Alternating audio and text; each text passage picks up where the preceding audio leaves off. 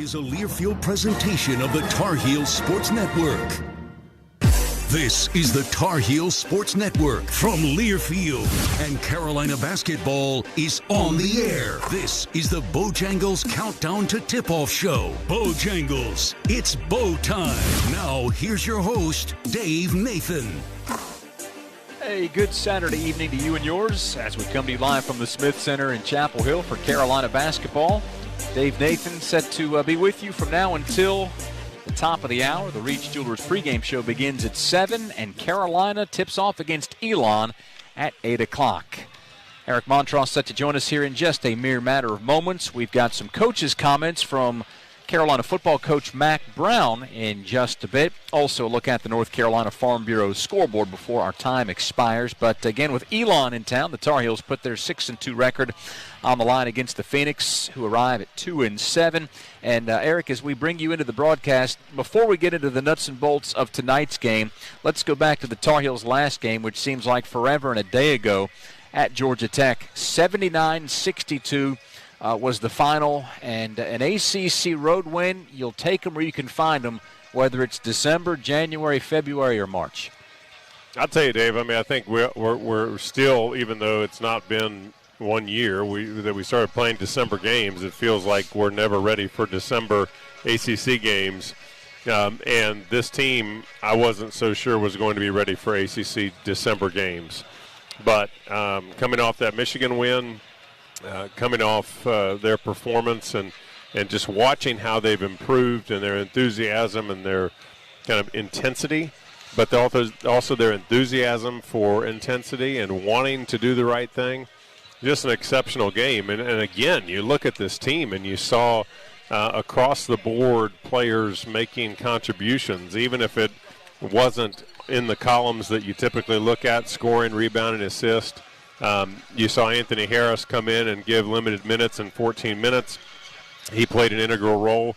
Hubert Davis said that he was one of the most important cogs in the wheel that night. And yet you look down the line, and whether it's Leaky Black or Caleb Love, who's been outstanding here as of late, you just saw players playing together. And I think that was the magic of watching this team improve and continuing that improvement tread. The Tar Heels have a chance to get a little better tonight here against Elon as we chat with Eric Montross on Countdown to Tip-Off. Big fella, I was remarking to somebody earlier, I quit caring about exams when I quit taking exams. This has been the exam week for Carolina, and whether it's through the prism of how you did things during your career, whether it's some stories that you've heard from the current players, what is life like when you're a college basketball player having to balance doing what you have to do in the classroom and maybe getting a little bit of time in on the floor?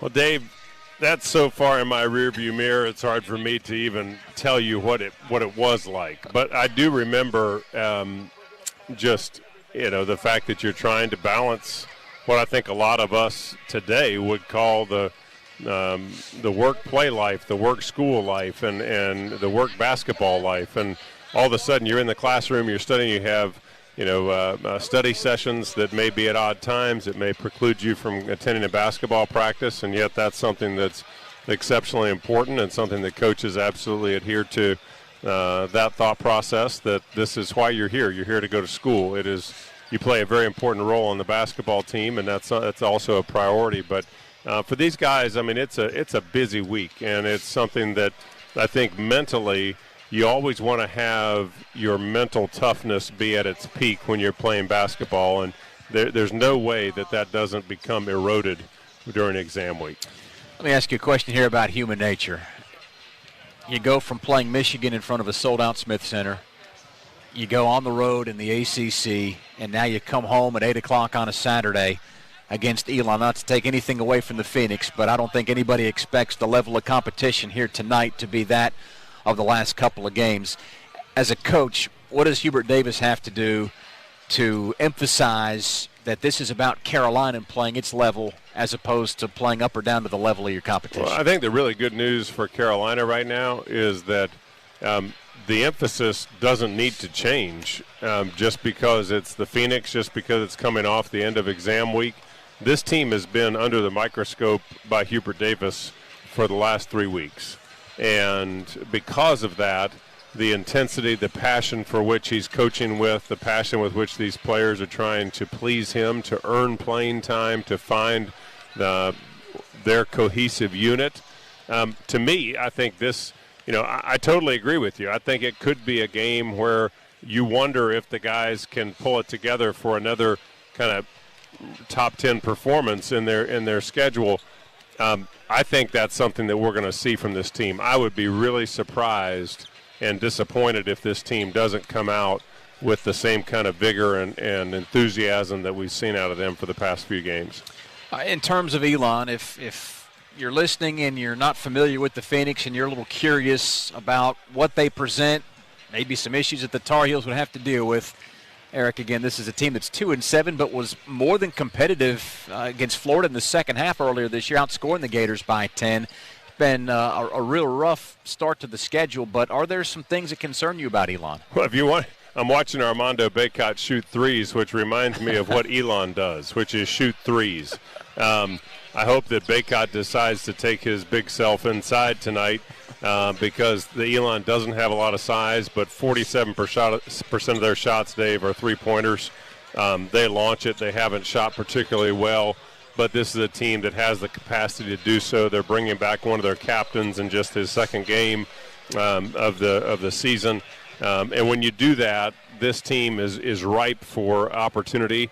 They see, Chuck Hanna's the captain that's coming back. It's only his second game back after injury. And anytime you infuse that kind of player, even if he's not a player that's going to score 20 or 25 a night, you're still bringing back a key component of the team. You're making it as whole as it can be.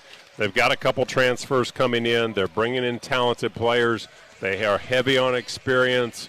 And I think we know that this team is well coached. And so when you put those ingredients in the hopper and shake it up, you know that the team hasn't played as well as they can play, which can be worrisome. All right, you mentioned Armando Bacop taking some three-pointers to warm up. He's still outside the arc, and I think here in the last 30 seconds he's attempted more threes in warm-ups than you ever attempted in your Carolina career.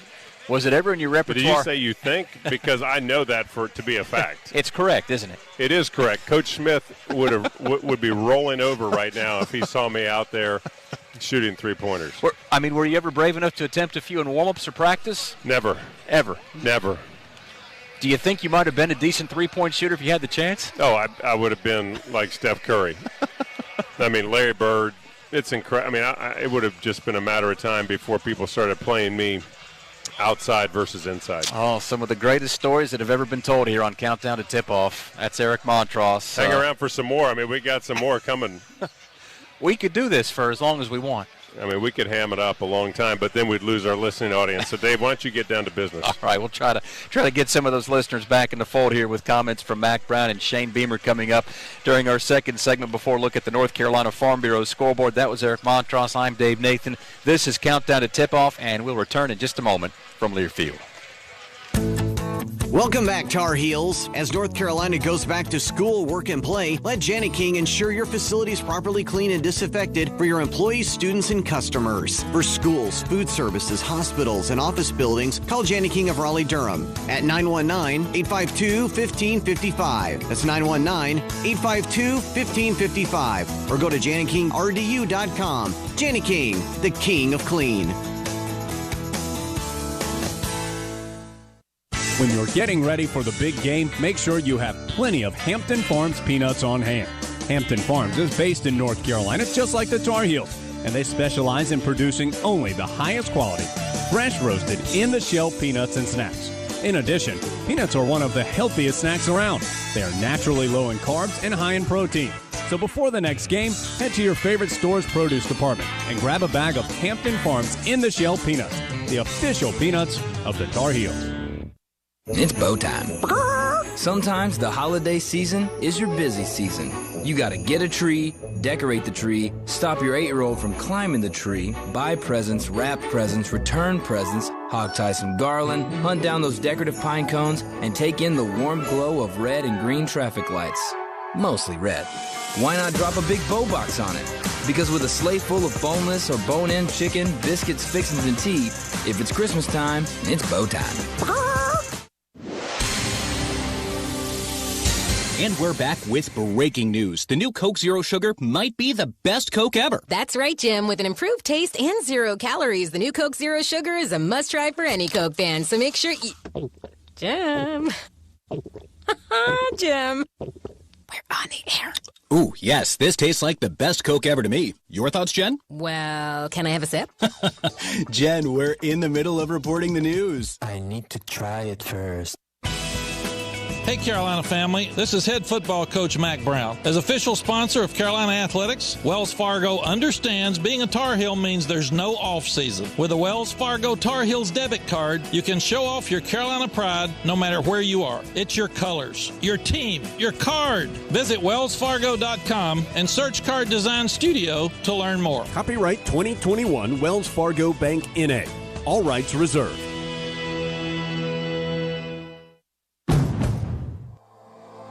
On the inside, a Honda is comfortable, technologically advanced, and loaded with next-gen features.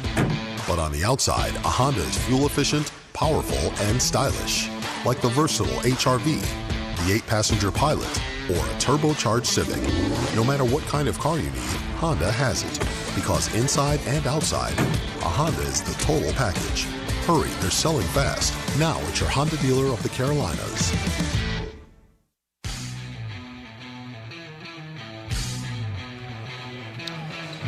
Countdown to tip-off returns here on a Saturday night from Chapel Hill. Elon in town to take on the Tar Heels, and whether you'll be in the stands here tonight waiting for the Tar Heels to tip off or faithfully tuning in as you hit the road, Marathon has the fuel to keep your engine running at peak performance because you never know where life is going to take you.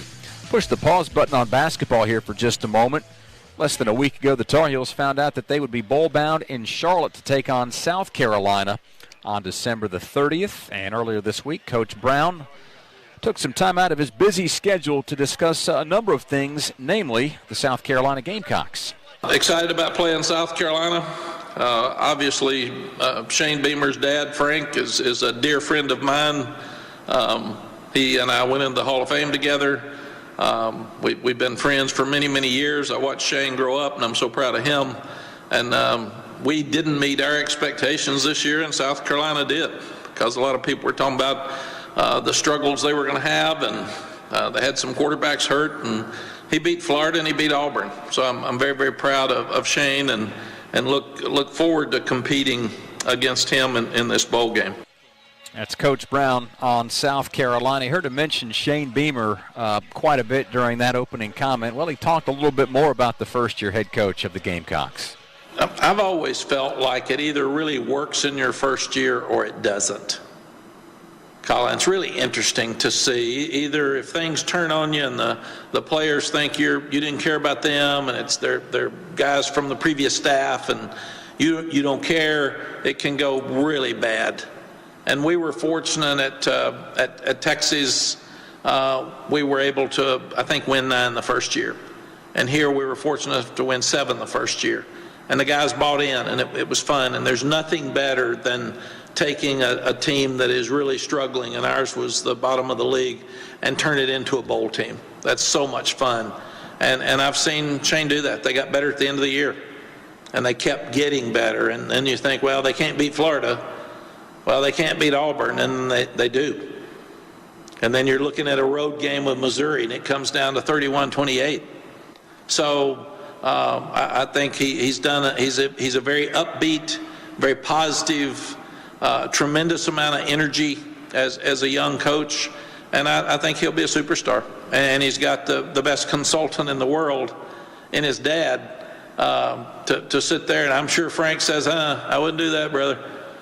Nope, tried that in 1984, and that didn't work, so don't do that. That's kind of what Coach Royal did for me at Texas. And so Shane has a Hall of Famer right over his shoulder, kind of like Kyle Shanahan does with the 49ers with Mike. It's just fun to see.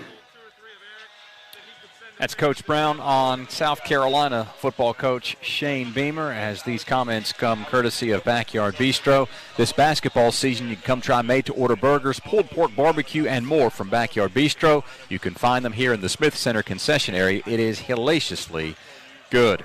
Sam Howell has helped Carolina to another bowl appearance this year. Of course, his career started back in Charlotte as a freshman up against South Carolina. Engineered 2 90-yard drives to help the Tar Heels from down 11 at one point come back and beat the Gamecocks. And here we are a couple of years later, and it's deja vu all over again as Coach Brown discusses Carolina's quarterback, Sam Howell. Really excited about Sam Howell playing and all he's accomplished and what he's done. This could be his last game. He hasn't told us for sure yet. But to have a sore shoulder, miss the Wofford game, and go compete like he did and play like he did in our last game is really something special. He's a tough young man, a smart young man. He's been a great leader for us. He's done so many great things. His first game and our first game here was South Carolina in Charlotte. So this is kind of a restart at the end of our third year. And that is Coach Brown on Sam Howell. One last clip here from earlier this week as the Tar Heels take on South Carolina in Charlotte in the Duke's Mayo Bowl. That'll be an 11:30 a.m. kick on the 30th of December. Shane Beamer again in his first year as the head coach at South Carolina discussed the opportunity to go up against the Tar Heels in a place like Charlotte. I know there's a lot of excitement about this game. I was in Charlotte Friday night for an ACC event with my dad. I was in Charlotte Monday night for the Nagurski Award presentation, and there's so many Gamecocks that I talked to that are excited about this, so many Tar Heels that I talked to that are excited about this matchup. And I know there's some great energy in Charlotte right now, and as there should be, and we're very thankful to be a part of this bowl game. So thankful for our players. I'm so excited for our players to be going back to a bowl game for the first time since 2018. Excited for them. It's a great reward for them. We've got a big challenge ahead of ourselves with North Carolina and Coach Brown. Ton of respect for their program and the way they do things. Ton of respect for Coach Brown. He's a legend of the profession.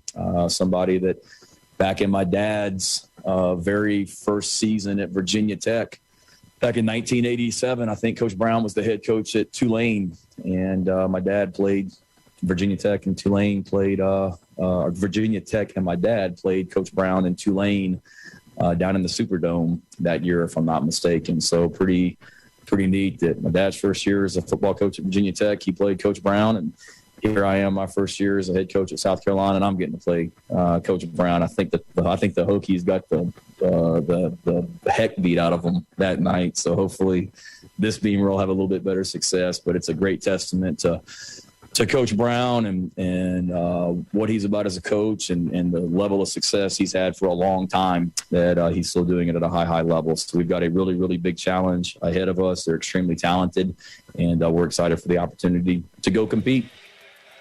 And that's South Carolina head football coach Shane Beamer setting the stage for the Tar Heels matchup against the Gamecocks on December the 30th in Charlotte. All right, time to take another break, but upon our return, a good long look at the North Carolina Farm Bureau scoreboard. Army-Navy today. Got a couple of new head coaches on the ACC football sidelines, and a lot of basketball to get into both inside the league and around the top 25. We'll do that when we come back after this from Learfield. It's bow time. Sometimes the holiday season is your busy season. You gotta get a tree, decorate the tree, stop your 8-year-old from climbing the tree, buy presents, wrap presents, return presents, hog tie some garland, hunt down those decorative pine cones, and take in the warm glow of red and green traffic lights. Mostly red. Why not drop a big bow box on it? Because with a sleigh full of boneless or bone-in chicken, biscuits, fixins, and tea, if it's Christmas time, it's bow time. Welcome back, Tar Heels. As North Carolina goes back to school, work, and play, let Janet King ensure your facility is properly clean and disinfected for your employees, students, and customers. For schools, food services, hospitals, and office buildings, call Janet King of Raleigh-Durham at 919-852-1555. That's 919-852-1555. Or go to janetkingrdu.com. Janet King, the king of clean. When you're getting ready for the big game, make sure you have plenty of Hampton Farms peanuts on hand. Hampton Farms is based in North Carolina, just like the Tar Heels, and they specialize in producing only the highest quality, fresh roasted, in-the-shell peanuts and snacks. In addition, peanuts are one of the healthiest snacks around. They are naturally low in carbs and high in protein. So before the next game, head to your favorite store's produce department and grab a bag of Hampton Farms In the Shell peanuts, the official peanuts of the Tar Heels. This is Carolina basketball from Learfield. At Smith Drugs of Forest City, we are continue to offer the COVID-19 rapid testing and the COVID-19 vaccinations. Please call our pharmacy at 828-245-4591 with any questions or concerns that you may have. You may also visit our website at smithsdrugsfc.com and schedule your COVID rapid 19 test or your vaccination. Again, if you have any questions, please call our pharmacy at 828-245-4591. It's that time again, time to get the flu vaccines. And Smith's Drugs in Forest City has the flu vaccinations available. Walk-ins Monday through Friday and Saturdays by appointment. And Smith's Drug is asking all their Dream Station and System 1 CPAP customers to call if you need any help with registering your recalled devices. Just call the Home Medical Department for any help or with questions at 828-245-4591. And Smith's Drugs has the Moderna and Pfizer initial shots and the boosters. They also have the flu vaccines, and November is Diabetes Month. Get 10% off diabetic socks for the month of November at Smith's Drugs of Forest City. There are so many insurance agencies here and there, but to find a dependable agency that you can trust, that would be Maxwell B. Hamrick Insurance Agency. They are your full-service agency offering auto, business, homeowners, health, and life. Maxwell B. Hamrick is an independent insurance agent. Call them today at 286-2384. They care about their customers, and it shows. They're located at 119 Huntley Street in Spindale. Maxwell B. Hamrick Insurance Agency, serving one satisfied customer at a time. More than an hour to go before Elon and Carolina tip off. The Tar Heels 6-2, 1-0 in the ACC. The Phoenix come to town 2-7 and trying to snap a 6-game losing streak. We've heard from Eric Montross so far here on the broadcast. You also heard from Mac Brown and Shane Beamer as those two get ready for the Duke's Mayo Bowl towards the end of the month. Right now, let's get you up to speed on the North Carolina Farm Bureau's scoreboard. Helping you is what they do best. First of all, in the ACC, several games already in progress. Two have actually gone final. Georgetown edged Syracuse earlier today, 79-75. And Clemson and Drake went to overtime before the Tigers win 90-80. Here's what's happening right now with 97 seconds left to go in the second half. St. Louis leading Boston College 74-56.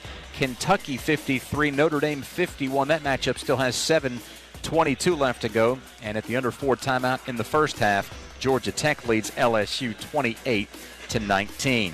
Elsewhere around the league tonight, USC Upstate and Wake Forest tip off at 7 o'clock. And, of course, our game, Carolina and Elon, goes at 8. In the top 25, number 11, Arizona leads Illinois 65-64 at the under 8 timeout in the second half. Also, with, no time remaining, the rest of these games have gone final. Auburn 99, Nebraska 68. Wisconsin falls to Ohio State 73-55. BYU upset by Creighton 83-71. It's Oklahoma 88, Arkansas 66. Michigan State with a big win over Penn State in Big Ten play 80-64. Kansas 102, Missouri 65 in a thumping of former conference rivals. UConn bests St. Bonaventure 74-64. Tennessee holds UNC Greensboro to 36 points in a 40-point win, 76-36. And the other two games coming up later on tonight in the top 25 feature number 4 UCLA against Marquette, and number 9 Alabama battles Houston. That second game tips off at 10 p.m. College football news, Army-Navy was played earlier today, and the Naval Academy gets the 17-13 win earlier today in New York. Some head coaching news off the field. Yesterday it was announced that Virginia has hired former Clemson offensive coordinator Tony Elliott as its new head coach. So Clemson is now down an offensive coordinator. A defensive coordinator, as Brett Venables took the Oklahoma job.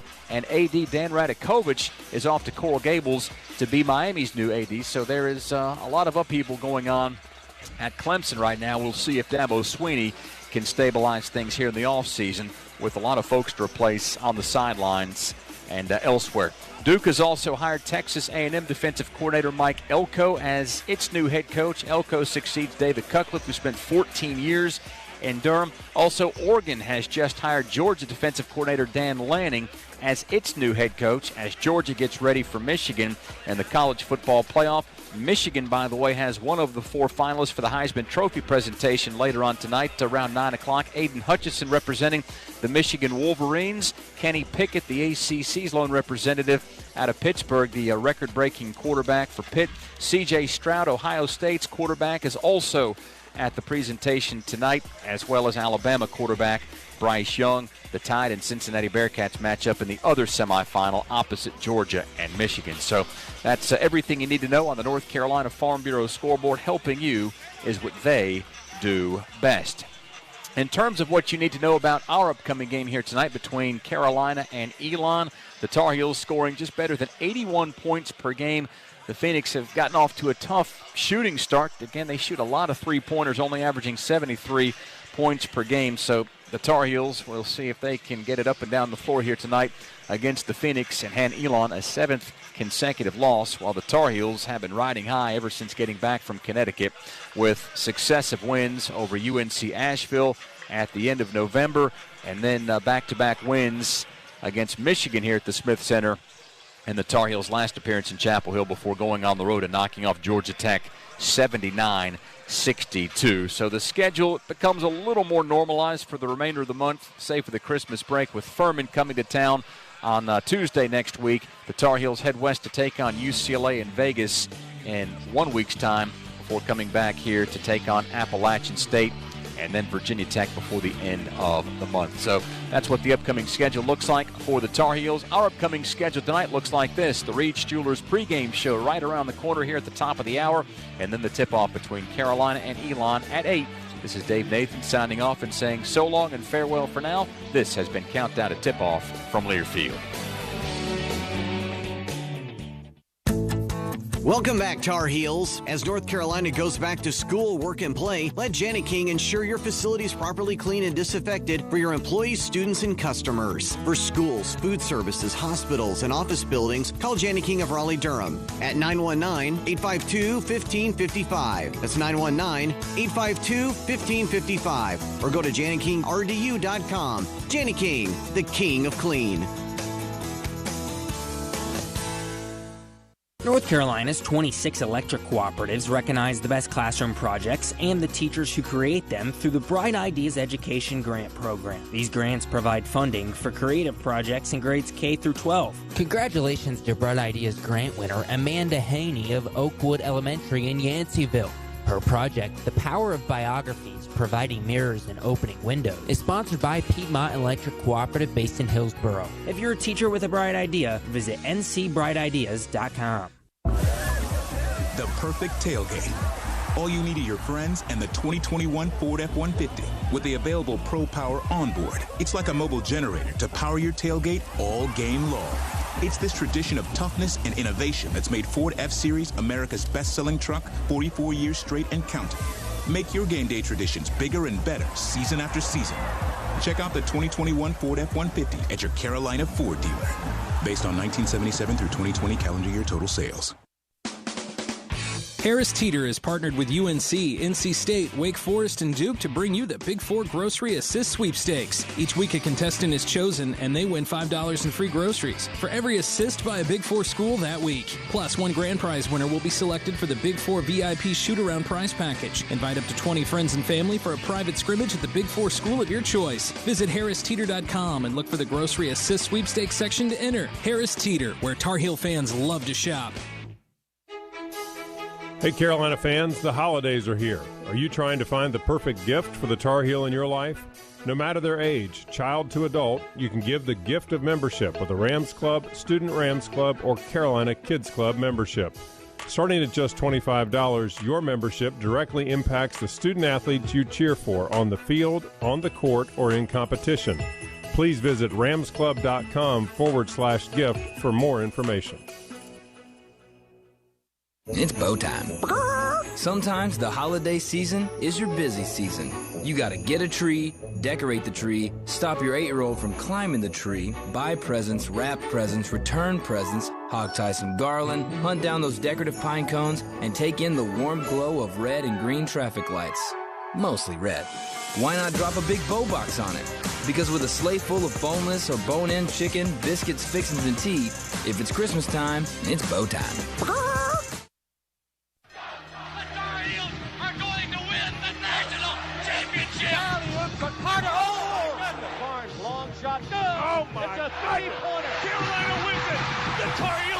The following is a presentation of the Tar Heel Sports Network.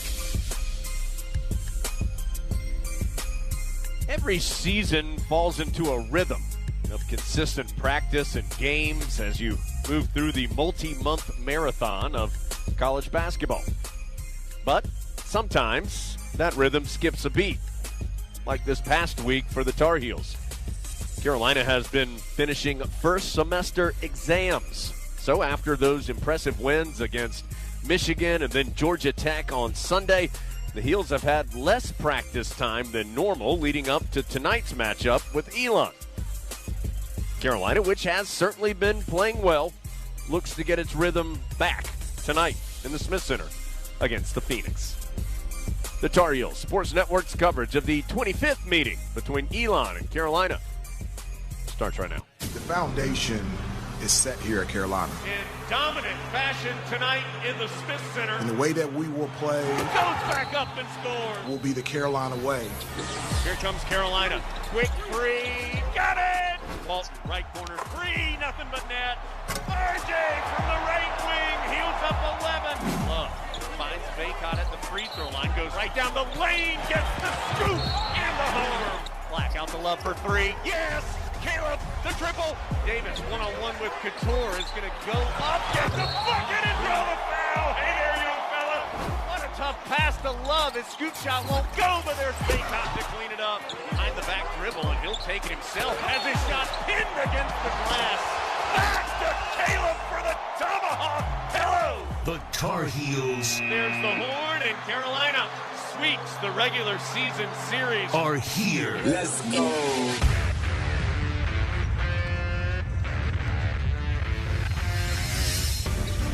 This is Dave Nathan. The Tar Heels have had some long stretches between games over the last couple of weeks. Those layoffs, though, didn't hurt Carolina against Michigan or at Georgia Tech. The countdown is now on to see if the team validates the win in Atlanta here tonight against Elon. Jones Ames will have the call of this evening's contest. Yeah, David, it's hard to believe, but only 4 games remain for the Tar Heels until they jump completely into ACC play. That final non-conference push begins tonight in the Smith Center against Elon. Eric Montross, former All-America center for Carolina and a member of the 1993 National Championship team. Carolina faces a hungry team in Elon tonight, and although Carolina is the heavy favorite, the Phoenix have plenty to be excited about despite their 6 straight losses. Co-captain Chuck Hanna is back from injury for only his second game of the season. 4 players average double figures in scoring. Their roster is heavy on experience, and they've played a lot of early season games versus good teams, so they won't be starstruck entering the Smith Center tonight. Like it or not, because Elon is not as recognizable a name as Michigan or Georgia Tech, the Heels must first maintain focus coming out of exam week, as they have in the previous 2 impressive wins. Sure, field goal percentage has been terrific in these games, but opportunities have been created by defending the basketball, aggressive rebounding, and making the extra pass. The Phoenix won't roll over this evening, and Carolina needs to continue their upward trajectory as regular league play looms closer. We've got all those storylines on the Reed's Jewelers pregame show. Plus, Harris Barton talks about his induction into the College Football Hall of Fame. We'll bring you interviews with head coaches Hubert Davis and Mike Schrage. Eric Montross and Adam Lucas answer your questions about the Tar Heels, and we'll check on scores from around the country, too. All of that and more is coming up as we count you down to tip-off between the Tar Heels and Phoenix from the Smith Center in Chapel Hill. This is Carolina basketball from Learfield. On the inside, a Honda is comfortable, technologically advanced, and loaded with next-gen features. But on the outside, a Honda is fuel-efficient, powerful, and stylish. Like the versatile HR-V, the 8-passenger Pilot, or a turbocharged Civic. No matter what kind of car you need, Honda has it. Because inside and outside, a Honda is the total package. Hurry, they're selling fast. Now at your Honda dealer of the Carolinas. From star athletes to super fans, UNC Health is dedicated to caring for champions of all kinds. For you, the latest advancements in our greatest expertise are always in play to deliver personalized care with the utmost compassion. It's the kind of care that keeps champions like you and your family in the game when it matters the most. See our lineup at unchealthcare.org/sports. This is Jones Angel, voice of the Tar Heels. And as a parent, I know nothing is more important than the safety of our children. More than 22% of teen-involved crashes per year in North Carolina are the result of distracted driving. Help protect our teenage drivers by ensuring they practice safe driving habits and avoid distracted driving. Always encourage your teens to put down the phone while driving and lead by example. Let's have a hands-free NC. Brought to you by Trusted Choice Independent Insurance Agents of North Carolina. Learn more at trustedchoice.com/Go Heels. This is Carolina basketball from Learfield. Of misleading information about Medicaid eligibility. The Arledge Law Firm would like for you to know the truth. For instance, if you need a nursing home, Medicaid will take your home. That's not true. Another one is, if you transfer assets, you have to wait 60 months to qualify. Again, not true. And this big one, if you're already in a nursing home, it's too late to protect your assets. Not true, not true, not true. Call attorneys Gerald N. Willis, Kent Baldwin, or Martin Gerard at the Arledge Law Firm and get free consultation and learn the truth. It's more likely than you think that you may qualify for nursing home care and not lose everything you own. It's worth a call to Arledge Law Firm at 287-3338, located on East Court Street in Rutherfordton. For all your pharmacy needs, choose the Medicine Box of Forest City. Pharmacist Sheila Sheehan provides excellent care and pharmacy assistance for Medicare prescription cards. The Medicine Box is your home medical equipment provider, offering wheelchairs, walkers, nebulizers, and diabetic supplies. They also will direct bill Medicare for all your home medical needs. Call 245-1696. The Medicine Box on Broadway in Forest City, your local hometown pharmacy. Curbside service is available. Nobody gets a better deal than the customers at Sisk Family Ford. They have a proven record of the best deals. Sisk Family Ford, Rutherford County's only locally owned new car dealer, has recently been recognized as the #1 Ford dealer in customer satisfaction in the Southeast. That speaks well of their commitment to serve their customers well. Look for all the new design 2021 F-150 at Rutherford County's only locally owned new car dealership. That's Sisk Family Ford, Oak Street, Forest City. Carolina basketball is brought to you by Hunt Brothers Pizza, the official pizza of Carolina Athletics. This is the Reed's Jewelers pregame show. After consecutive losses at the end of last month, the Tar Heels are now in the midst of a 3-game winning streak. An expected win over UNC Asheville was followed up with an unexpected blowout of Michigan in the ACC Big Ten Challenge.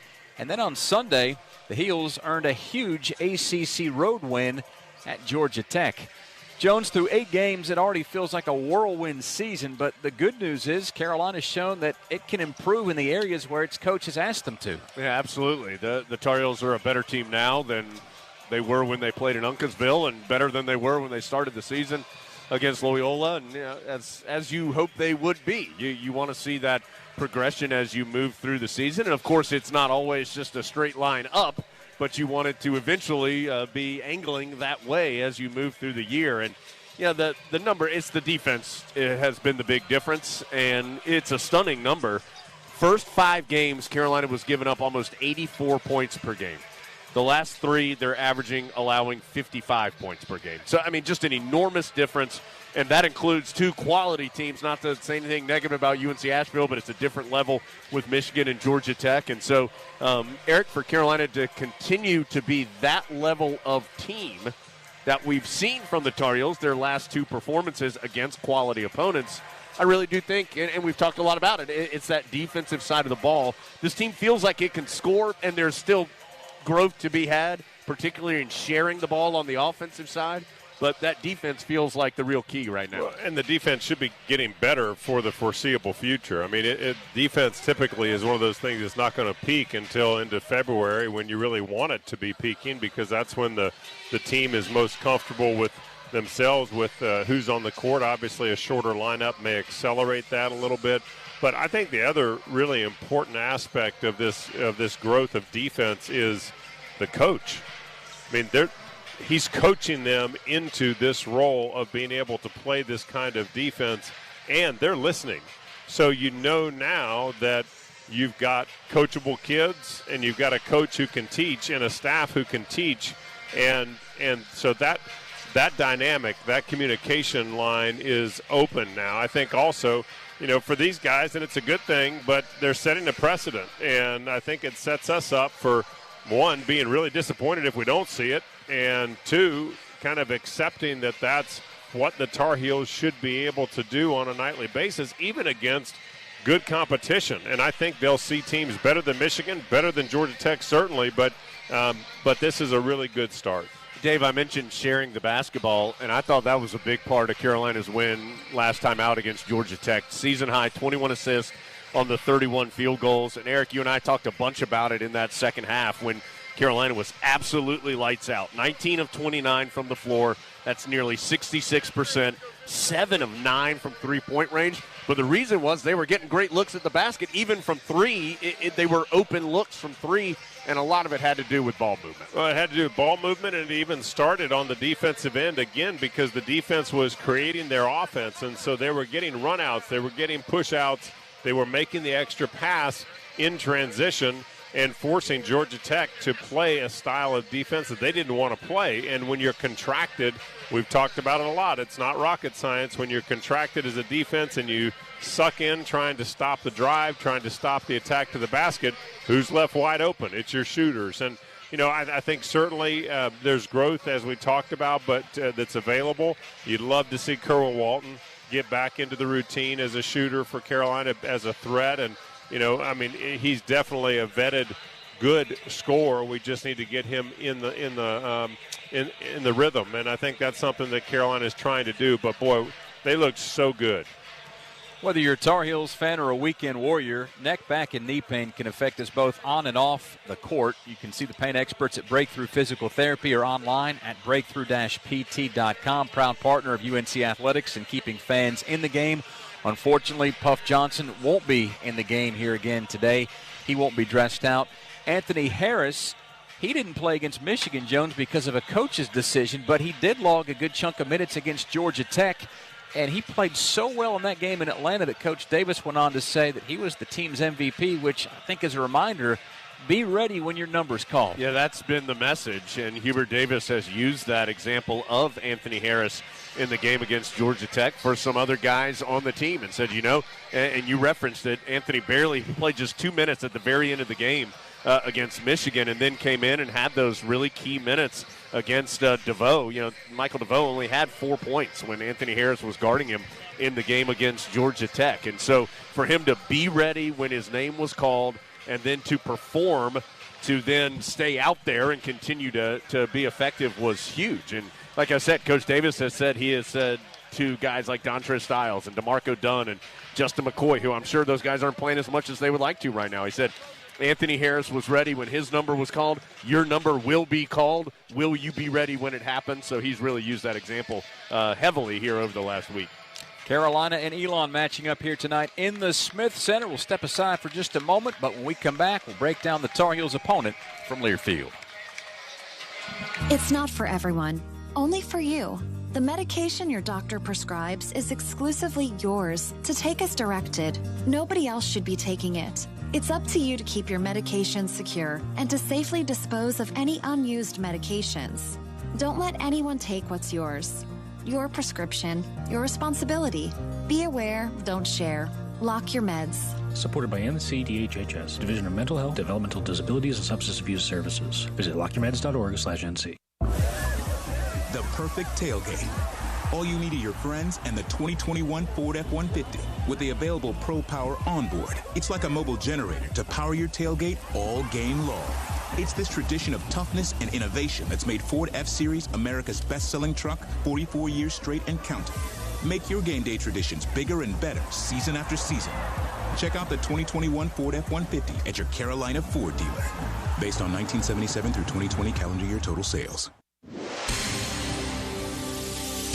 And we're back with breaking news. The new Coke Zero Sugar might be the best Coke ever. That's right, Jim. With an improved taste and 0 calories, the new Coke Zero Sugar is a must-try for any Coke fan. So make sure you... Jim. Jim. We're on the air. Ooh, yes, this tastes like the best Coke ever to me. Your thoughts, Jen? Well, can I have a sip? Jen, we're in the middle of reporting the news. I need to try it first. This is the Tar Heel Sports Network from Learfield. Whether it's 12 miles to the Pee Wee football comeback of a lifetime, 80 miles to your first hole-in-one, or more like 8 shots to the first hole. Whether it's 240 backroad miles to sleeping under the stars, or just a few blocks to the grocery store, Marathon has the fuel to keep your engine running at peak performance. Because you never know where life is going to take you. For quality fuel through every mile, fill up at Marathon.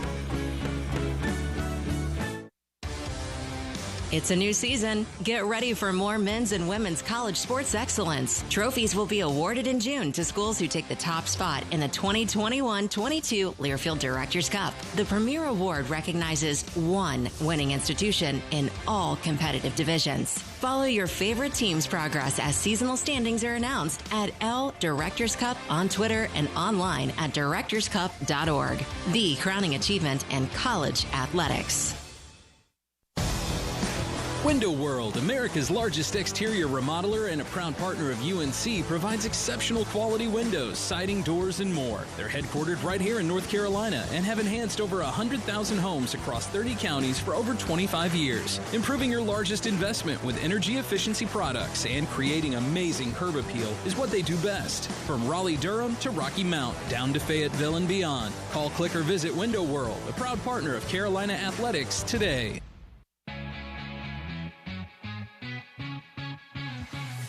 Hey, Carolina fans, this basketball season, come try made-to-order burgers, pulled pork barbecue, and more from Backyard Bistro. You can find them in the Smith Center concession area. It's hellaciously good.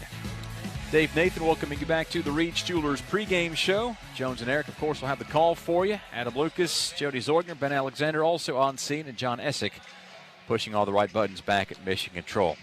All right, guys, Elon comes to town at just 2-7 on the year, mired in a 6-game losing streak. But, Jones, upon further review, the Phoenix played Florida pretty tough, outscoring the Gators by 10 in the second half to open the season, and then got dealt a really tough hand at the Charleston Classic, where their opponents were West Virginia, Ole Miss, and Temple. Yeah, they've played some quality teams, and you would assume that would pay off for them at some point, whether it is in the short term or the long term. You would think that playing teams like you just mentioned and tonight against Carolina would be something that would be a benefit to them moving forward. And so we'll have to see if that does pay off in the long run. I think probably some of the more concerning things, Dave, is that the games against teams that they probably feel like are more comparable, Jacksonville State, UNC Greensboro, High Point, they haven't been able to get wins in those games either. And so right now their only victories are over 2 Division II teams in Bluefield and Randolph College. And so,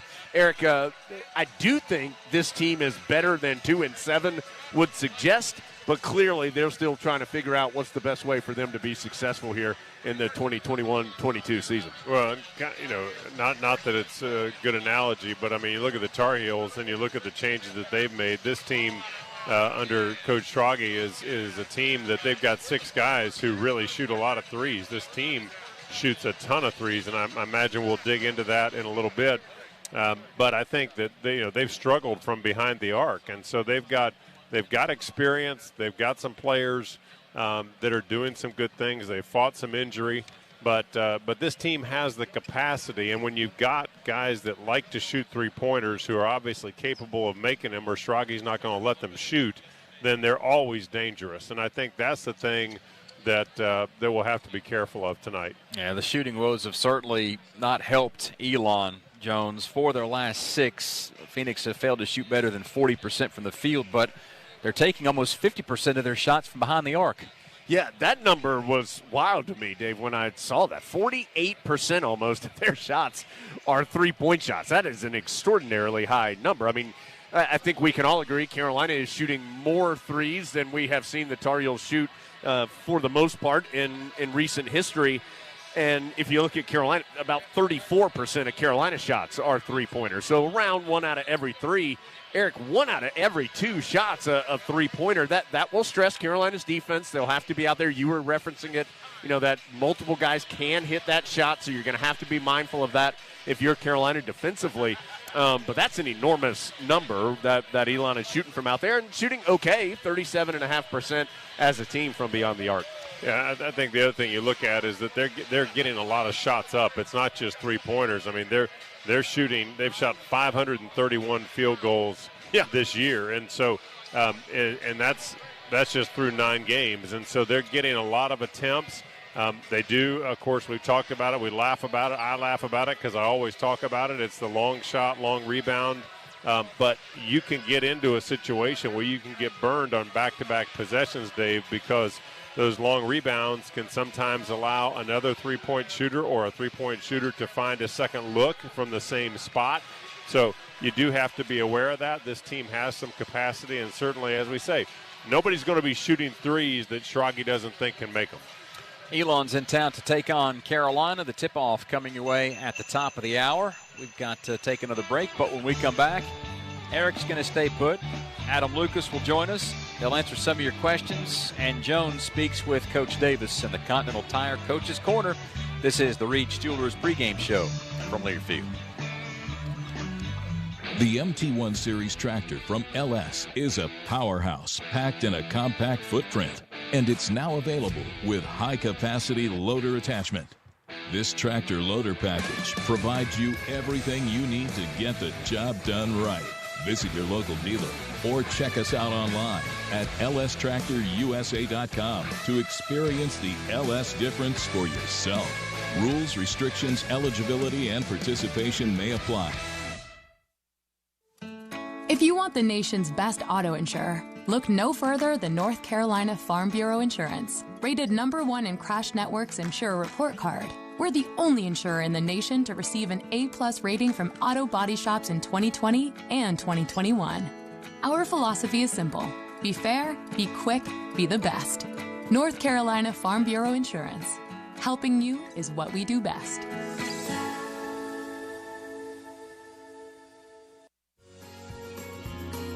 From the mountains to the coast, 2.5 million North Carolinians are members of an electric cooperative. As a co-op member, you're part of exciting efforts to build a brighter future in the Tar Heel State through innovative energy programs that make the electric grid more efficient and sustainable. Plus, you're supporting local communities by empowering tomorrow's leaders. Learn more at ncelectriccooperatives.com/brighter. This is Carolina basketball from Learfield. This is Dwayne Hunt with Insurance Service Associates, wanting to let you know that we have moved. Our new office is located at 245 East Main Street in Forest City. Come see us for auto, home, or your commercial insurance needs. Also come see me, Dwayne Hunt, for your Medicare supplements, Medicare Advantage, or prescription drug plans. See us at Insurance Service Associates, now located at 245 East Main Street in Forest City, or call 828-245-5301. Nobody gets a better deal than the customers at Sisk Family Ford. They have a proven record of the best deals. Sisk Family Ford, Rutherford County's only locally owned new car dealer, has recently been recognized as the #1 Ford dealer in customer satisfaction in the Southeast. That speaks well of their commitment to serve their customers well. Look for all the new design 2021 F-150 at Rutherford County's only locally owned new car dealership. That's Sisk Family Ford, Oak Street, Forest City. There are so many insurance agencies here and there, but to find a dependable agency that you can trust, that would be Maxwell B. Hamrick Insurance Agency. They are your full-service agency offering auto, business, homeowners, health, and life. Maxwell B. Hamrick is an independent insurance agent. Call them today at 286-2384. They care about their customers, and it shows. They're located at 119 Huntley Street in Spindale. Maxwell B. Hamrick Insurance Agency, serving one satisfied customer at a time. Tonight's pregame show is brought to you by Reach Jewelers. The official Reach Jewelers tip-off time is 8:01. Reed's Jewelers, your home for fine Swiss timepieces, beautiful diamonds, and the world's most luxurious jewelry brands. That's Reed's Jewelers, trusted with life's moments. We trust Eric Montross and Adam Lucas to answer your Carolina questions about this time when the Tar Heels play. And, Eric, our first question comes from Michael Brooks, who wants to know how you would evaluate Carolina's rebounding this year, especially on the offensive end. Well, I think it's going to surprise you a little bit to know that we've only out-rebounded opponents by 9 on the offensive glass this year. And you'll have to recall that early on it was really slow for Carolina. And in fact, I think there were a couple times that folks asked Hubert Davis, said, is this team going to have the same kind of emphasis? And he said, absolutely. But this team has picked up the tune a bit, and right now Armando's leading the team in offensive glass. So I think I'd love to see more out of Leaky Black. I mean, Leaky has only picked up 8 offensive rebounds yet so far this year, and I think he's in a great position to do it the more comfortable he gets within the offense, Dave.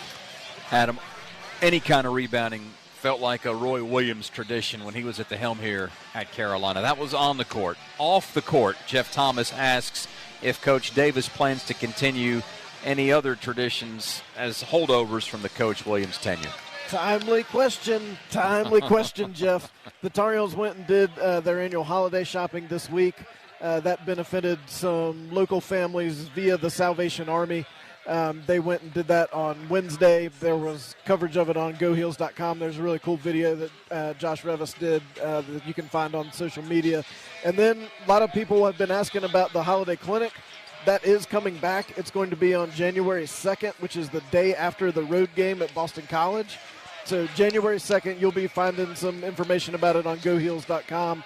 But that is going to take place this year for 1st through 6th graders. All right, guys, good stuff in our Carolina Q&A segment as we send things over now to Jones, who's standing by with Coach Davis in the Continental Tire Coach's Corner, brought to you by Continental Tire.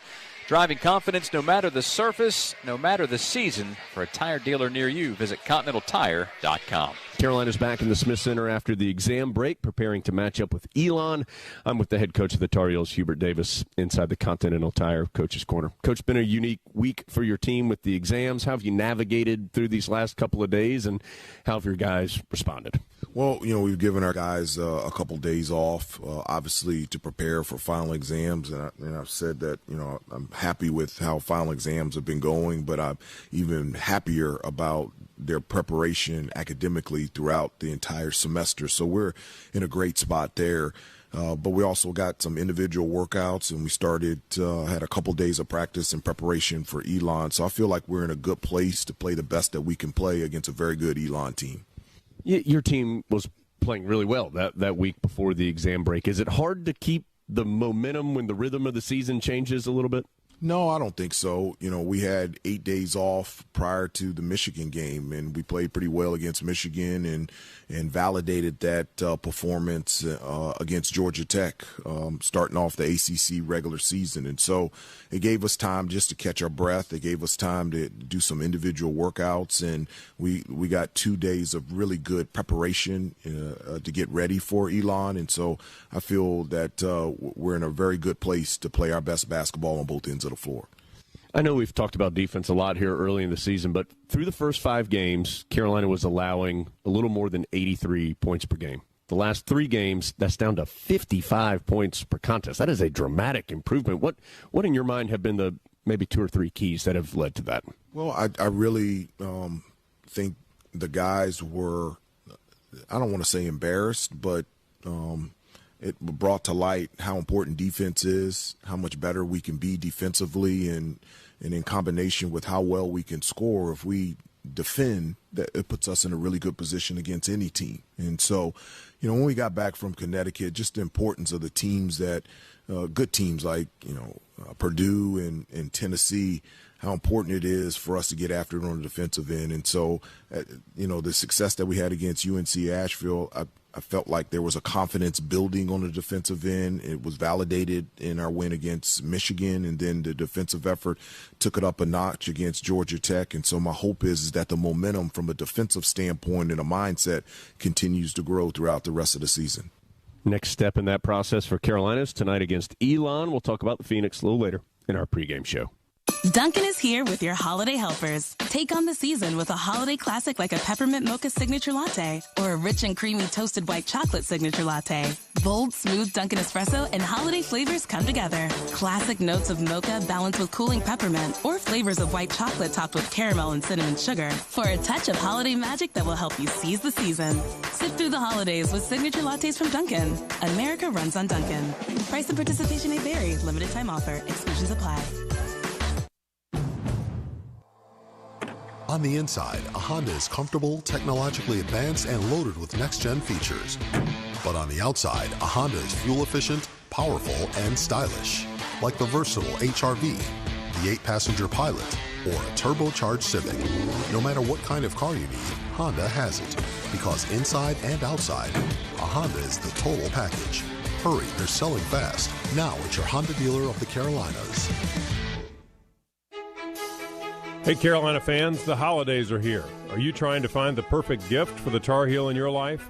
No matter their age, child to adult, you can give the gift of membership with a Rams Club, Student Rams Club, or Carolina Kids Club membership. Starting at just $25, your membership directly impacts the student athletes you cheer for on the field, on the court, or in competition. Please visit ramsclub.com/gift for more information. This is the Tar Heel Sports Network from Learfield. This is Dwayne Hunt with Insurance Service Associates, wanting to let you know that we have moved. Our new office is located at 245 East Main Street in Forest City. Come see us for auto, home, or your commercial insurance needs. Also come see me, Dwayne Hunt, for your Medicare supplements, Medicare Advantage, or prescription drug plans. See us at Insurance Service Associates, now located at 245 East Main Street in Forest City, or call 828-245-5301. Nobody gets a better deal than the customers at Sisk Family Ford.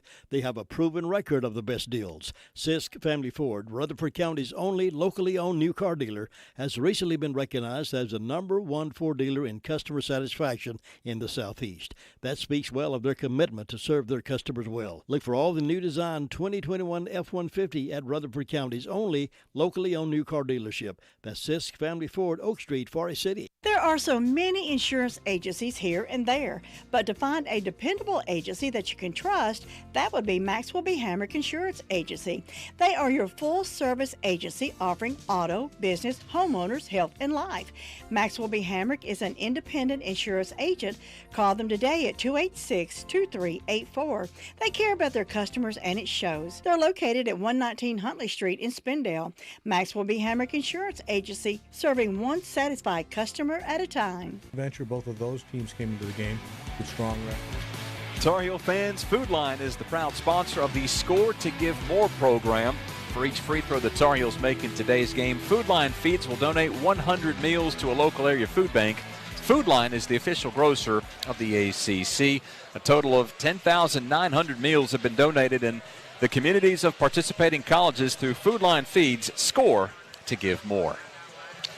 Step away from basketball here for just a second. Harris Barton's Carolina football career almost started on the defensive side of the ball, but an early move to the offensive line ultimately enabled him to have a fantastic 4-year career in Chapel Hill. After his college days were over, Barton was picked by the 49ers in the first round of the 1987 NFL Draft. While in San Francisco, he was a member of 3 Super Bowl winning teams. He still lives on the West Coast, so it was a quick trip to Las Vegas, where Barton was recently inducted into the College Football Hall of Fame. From 1983 to 1986, North Carolina offensive tackle Harris Barton, named a 1986 First-Team All-American, the ACC Offensive Lineman of the Year, and an NFF National Scholar Athlete. And Harris, behind your blocking, the Tar Heels were 6th in the nation and 1st in the ACC with 436 yards of total offense per game in your senior year. Was there a specific game or play that year where you could tell you had a special offensive line unit? Well, we had a great offensive line unit when I first got there, but probably the most special was the year that we finally got over the hump and beat Clemson. So that was one of the biggest moments for us. I had a great offensive line coach, a guy by the name of John Matsko, who now coaches for the Redskins and has been in the NFL for over 40 years. And he kind of taught me the game. And we had great offensive line history at the University of North Carolina. I was just proud to go there.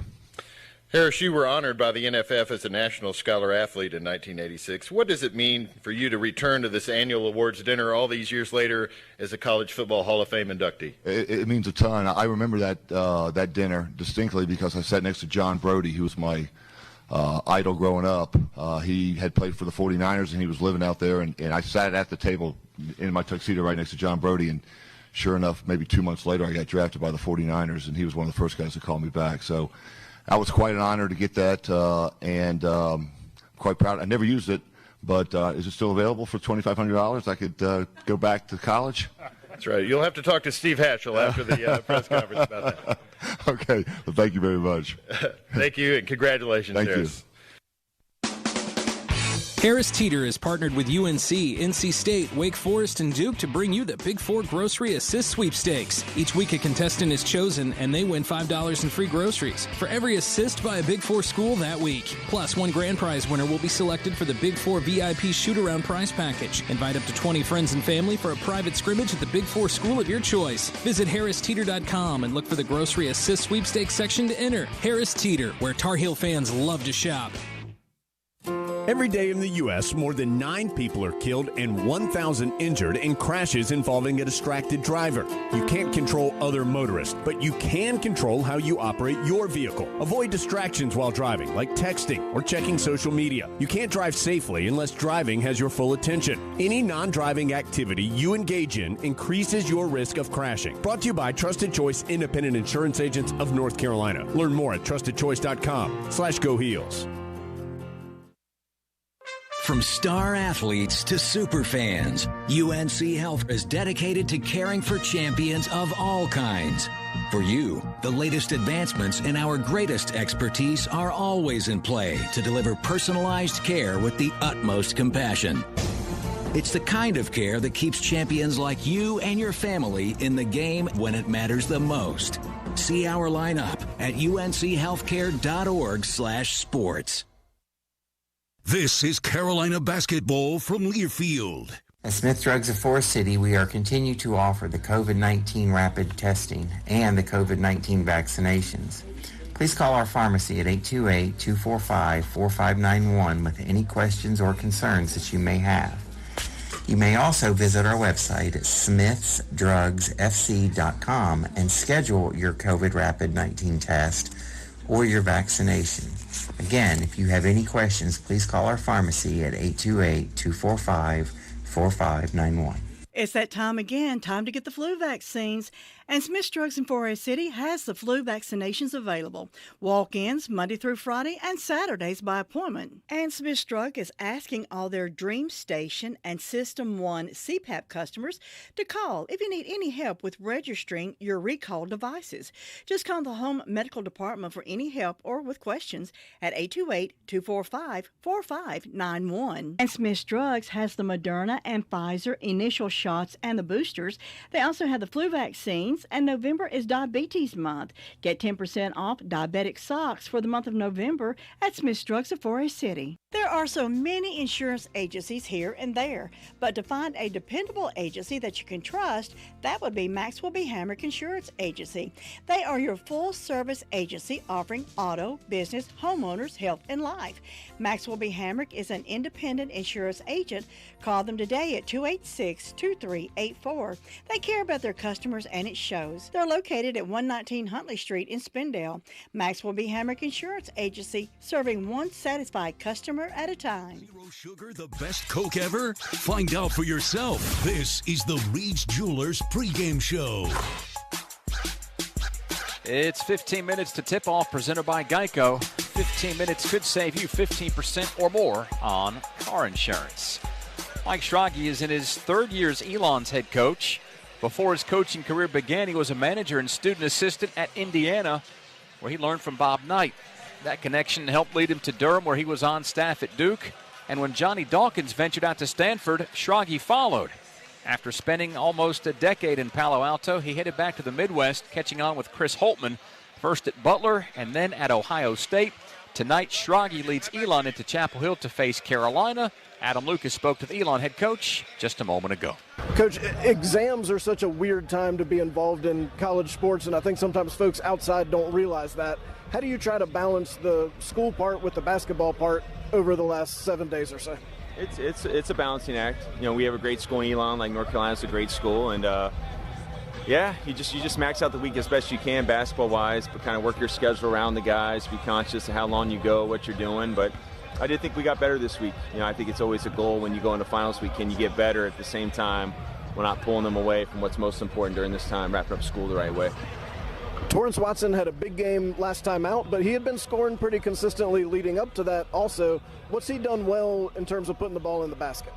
Yeah, I mean, he's a lot more efficient. He's been scoring some for us, but it was kind of a breakthrough for him in terms of being efficient, shooting from three. That game he started, by scoring at the free throw line, getting to get inside. I think that's a key for him. He's a young man I've known for years. Really thought he kind of keep making steps as he transferred, and that's a big breakthrough for him, big reference point. Now we got to see, hey, he's not going to score 34 points every night, but can he be an efficient scorer and playmaker for us going forward? Teams have shot the three-pointer pretty well against you. Yeah. And, of course, Carolina shoots the three-pointer better this year. What does your team need to do defensively better around the perimeter? Yeah, we've talked a lot about it. They're such a unique team. They got that hub inside and Bacop that you need to throw bodies at, right? He's a great scorer, great passer, and I think that's what makes this Carolina team unique is just their shooting. I mean, top maybe 3-5 in the country, three-point shooting. So we got to make teams miss better. Kind of teaching within our defense how to be in our gaps. We play a version of the pack line defense, but still get out to the right guys, and just got to do a better job overall. We've had, a lot of shooters and guards have kind of career shooting the nights against us, and we can't allow that tonight. These guys are way too confident shooting the ball. You've got a familiarity with Carolina basketball close up, going back a couple decades. When you watch the Tar Heels on film this week, what looks different about a Hubert Davis Carolina team than maybe what you're more accustomed to? Yeah, he's put his own stamp on it. The defense has really grown here recently, but you can see the emphasis he's at them icing and how they're playing defense, I think, is a little bit maybe unique compared to some Carolina teams previously. Obviously, the shooting, they've always had really good players, talented players, but the shooting and I think the fours really being playmaking fours, shooting fours, that's a challenge when you still have Bacop, in there. But he's put his stamp on there, definitely offensively. They run a lot of great sets. If it works, he's going to keep going to it, kind of his NBA mentality, I can tell. But got a ton of respect, of course, for Carolina, but a ton of respect for him as a coach and a person. And you can see him making quite an impression. That's Elon head coach Mike Schrage. Tar Heels in Phoenix coming up at 8 o'clock. Hey, Carolina family, this is head football coach Mac Brown. As official sponsor of Carolina Athletics, Wells Fargo understands being a Tar Heel means there's no off-season. With a Wells Fargo Tar Heels debit card, you can show off your Carolina pride no matter where you are. It's your colors, your team, your card. Visit wellsfargo.com and search Card Design Studio to learn more. Copyright 2021 Wells Fargo Bank N.A. All rights reserved.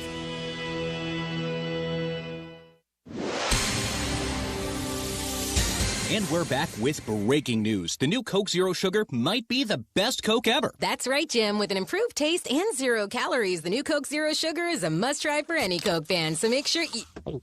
Jim. Jim. We're on the air.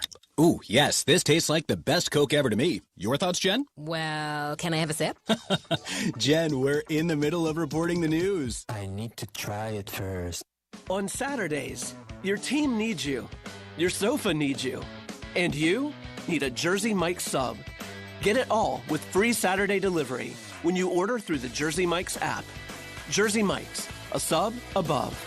This Saturday, while you watch the game at home, we're watching the grill at Jersey Mike's. Order through the Jersey Mike's app for free delivery on Saturdays, unless you're going to miss hearing this.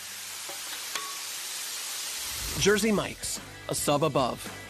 This is the Tar Heel Sports Network from Learfield. There is a lot of misleading information about Medicaid eligibility. The Arledge Law Firm would like for you to know the truth. For instance, if you need a nursing home, Medicaid will take your home. That's not true. Another one is, if you transfer assets, you have to wait 60 months to qualify. Again, not true. And this big one, if you're already in a nursing home, it's too late to protect your assets. Not true, not true, not true. Call attorneys Gerald N. Willis, Kent Baldwin, or Martin Gerard at the Arledge Law Firm and get free consultation and learn the truth. It's more likely than you think that you may qualify for nursing home care and not lose everything you own. It's worth a call to Arledge Law Firm at 287-3338, located on East Court Street in Rutherfordton. For all your pharmacy needs, choose the Medicine Box of Forest City. Pharmacist Sheila Sheehan provides excellent care and pharmacy assistance for Medicare prescription cards. The Medicine Box is your home medical equipment provider, offering wheelchairs, walkers, nebulizers, and diabetic supplies. They also will direct bill Medicare for all your home medical needs. Call 245-1696. The Medicine Box on Broadway in Forest City, your local hometown pharmacy. Curbside service is available. Nobody gets a better deal than the customers at Sisk Family Ford. They have a proven record of the best deals. Sisk Family Ford, Rutherford County's only locally owned new car dealer, has recently been recognized as the #1 Ford dealer in customer satisfaction in the Southeast. That speaks well of their commitment to serve their customers well. Look for all the new design 2021 F-150 at Rutherford County's only locally owned new car dealership. That's Sisk Family Ford, Oak Street, Forest City. Carolina and Elon. Dave Nathan with a look at the North Carolina Farm Bureau scoreboard. Helping you is what they do best. ACC basketball action midway through the second half. Number 25 LSU leading Georgia Tech 48-41. Meanwhile, with just seconds to go before the halftime break, Wake Forest up on South Carolina Upstate 29-18. Earlier finals from around the league. Syracuse falls to Georgetown 79-75. Clemson needs overtime to defeat Drake. Final score 90-80. St. Louis knocks off Boston College 79-68. There is some good news, though, for at least one ACC team. Notre Dame beats number 10 Kentucky 66-62. In the top 25, number 4 UCLA tips off against Marquette at 9:30. Later at 10, it's number 14 Houston against number 9 Alabama. Number 8 Kansas already with the 102-65 victory against Missouri. Illinois falls to number 11 Arizona 83-79. Oklahoma big over number 12 Arkansas 88-66. Tennessee thumps UNC Greensboro 76-36. 15th ranked UConn gets the 74-64 decision against St. Bonaventure. Auburn 99, Nebraska 68. That's a final, as is this one. Michigan State with the 80-64 victory against Penn State. Wisconsin falls to Ohio State 73-55, and Creighton upsets number 24 BYU 83-71. In college football, Navy beats Army 17-13, and the Heisman Trophy is handed out later on tonight. We'll take another break and come back with a look at keys to the game and Jones' second part of his conversation with Coach Davis in the Continental Tire Coach's Corner from Learfield. When the holidays really get going, I keep up with Dunkin's new Pancake Minis. 6 fluffy and delicious pancakes served with dipping syrup, packed and ready to go. During traffic, in the middle of shopping, even while making a costume for the holiday play. This season, I've got Pancake Minis to take on the holidays, wherever they take me, and a creamy white mocha hot chocolate to sweeten the season. America runs on Dunkin'. Price and participation may vary. Limited time offer. Exclusions apply. UNC Tar Heels basketball is on Valley Sports South, your home for ACC hoops. Score the basket. Be sure to catch some of the biggest ACC matchups of the season live as the Tar Heels clash with the best of the best in the ACC and across the country. From Tobacco Road and beyond, UNC Hoops action on Valley Sports is nothing but net. On target. Watch or stream live on Valley Sports South and the Valley Sports app, your home for ACC basketball. Hey Carolina fans, the holidays are here. Are you trying to find the perfect gift for the Tar Heel in your life? No matter their age, child to adult, you can give the gift of membership with a Rams Club, Student Rams Club, or Carolina Kids Club membership. Starting at just $25, your membership directly impacts the student athletes you cheer for on the field, on the court, or in competition. Please visit ramsclub.com/gift for more information. This is Carolina basketball from Learfield. You know, there is a lot of misleading information about Medicaid eligibility. The Arledge Law Firm would like for you to know the truth. For instance, if you need a nursing home, Medicaid will take your home. That's not true. Another one is, if you transfer assets, you have to wait 60 months to qualify. Again, not true. And this big one, if you're already in a nursing home, it's too late to protect your assets. Not true, not true, not true. Call attorneys Gerald N. Willis, Kent Baldwin, or Martin Gerard at the Arledge Law Firm and get free consultation and learn the truth. It's more likely than you think that you may qualify for nursing home care and not lose everything you own. It's worth a call to Arledge Law Firm at 287-3338, located on East Court Street in Rutherfordton. For all your pharmacy needs, choose the Medicine Box of Forest City. Pharmacist Sheila Sheehan provides excellent care and pharmacy assistance for Medicare prescription cards. The Medicine Box is your home medical equipment provider, offering wheelchairs, walkers, nebulizers, and diabetic supplies. They also will direct bill Medicare for all your home medical needs.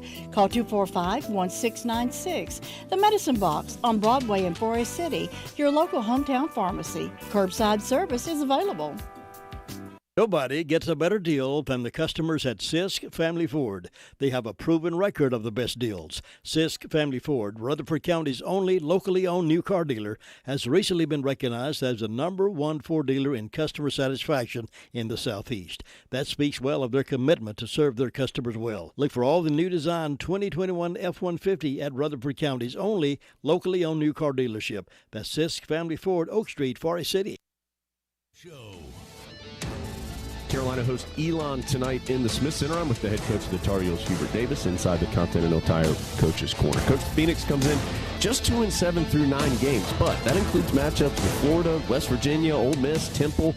This feels like a better team than that overall record may suggest. Well, they've played a tremendous schedule. You know, you mentioned they've really challenged themselves playing on the road against Florida and playing into that tournament in Charleston where you're playing against teams like West Virginia and Temple and Ole Miss, very good basketball teams. And so this is a team that is a much better than their record. They can really shoot the basketball. They shoot a ton of threes. They average 28 three-point attempts a game, and they have a number of guys that can stroke it from three-point range. From an offensive standpoint, they move the ball. They have Princeton action where they have a lot of movement, and so it's going to be a challenge for us defensively to guard the three, but also guard dribble drives and protecting the paint.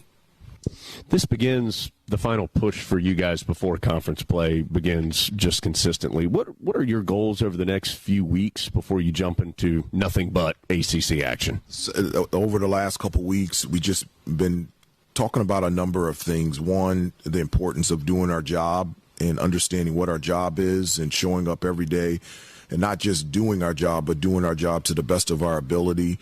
We've talked a lot about what Carolina basketball is about playing hard, playing smart, and playing together. And when we play hard and play smart and play together, we're a very difficult team to play against. And we've also talked about validation, we in regards to defense or us on the offensive end, sharing the basketball, having 21 assists to 30 field goals. We don't want that to be a one-game thing, a one-week thing. This is who we are. This is our identity, and every day, every game, we're trying to prove the accuracy of who we are on both ends of the floor. And we want to be a team that gets after it on the defensive end, and on the offensive end, we want to be a team that shares the basketball and gets everybody involved. Carolina and Elon coming tonight in the Smith Center. Tar Heels back in action after a week-long break. Coach, as always, thank you for your time. Best of luck. Thanks, Jones. I appreciate it. That again is the Continental Tire Coach's Corner, which sends us now to our Honda keys to the game, inside or outside. A Honda is the total package. Hurry, they're selling fast. See your Honda dealer of the Carolinas. My key for this one, Jones, it's playing team basketball. I think Coach Davis just alluded to some of the assist numbers, which were on the low end to start the season, but that's changed during this 3-game winning streak where the Heels have combined for 49 assists. Let's see if the Heels continue to share the basketball. Let's go on intensity level. Tar Heels are favored tonight, but they need to approach this game with the same intensity, Eric, as if it's Michigan or Georgia Tech. You heard Coach Davis say it a minute ago. He wants that to be the identity of the team, not a 1 or 2 game deal. And to have that be the identity, you have to have the same level of focus and intensity game to game. Yeah, I love that comment from Coach Davis, and I think tonight, one of the areas that's staring us right in the face is the size that Carolina has against the Phoenix. And so I think it's a great opportunity to get Dawson Garcia back into the groove. It's a great opportunity for Armando Bacop to continue his post presence. That'll do it for our keys to the game, and at long last, we'll have the tip-off for you coming up right after our final timeout. You've been listening to the Reed's Jewelers pregame show from Learfield. North Carolina's 26 electric cooperatives recognize the best classroom projects and the teachers who create them through the Bright Ideas Education Grant Program. These grants provide funding for creative projects in grades K through 12. Congratulations to Bright Ideas grant winner Amanda Haney of Oakwood Elementary in Yanceyville. Her project, The Power of Biographies, Providing Mirrors and Opening Windows, is sponsored by Piedmont Electric Cooperative based in Hillsboro. If you're a teacher with a bright idea, visit ncbrightideas.com. From star athletes to super fans, UNC Health is dedicated to caring for champions of all kinds.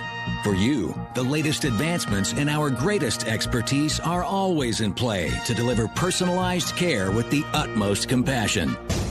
It's the kind of care that keeps champions like you and your family in the game when it matters the most.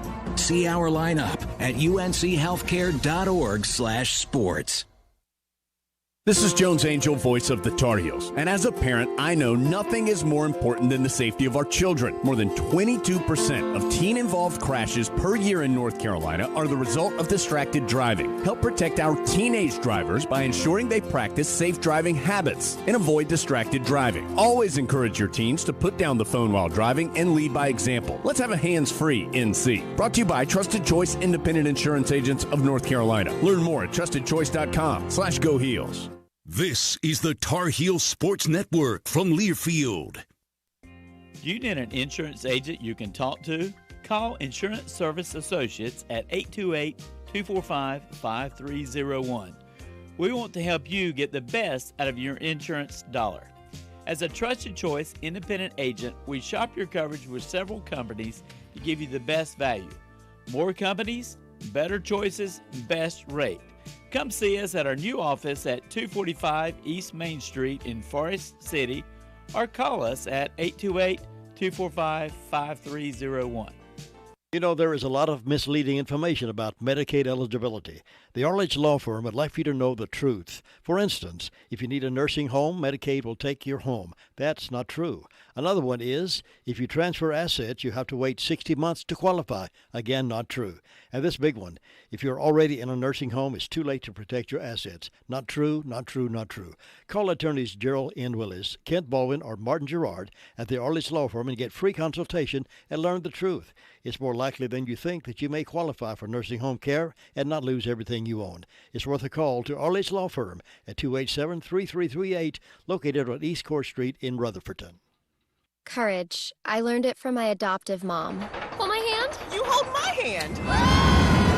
Learn about adopting a teen from foster care at adoptuskids.org. You can't imagine the reward. Brought to you by Adopt US Kids, the U.S. Department of Health and Human Services, and the Ad Council. Get your message to the thousands. Call the WCAB Sales Department today at 287-3356. In the Smith Center. Thanks so much for being with us here on the Tar Heel Sports Network. Jones and Eric here with you courtside in Chapel Hill.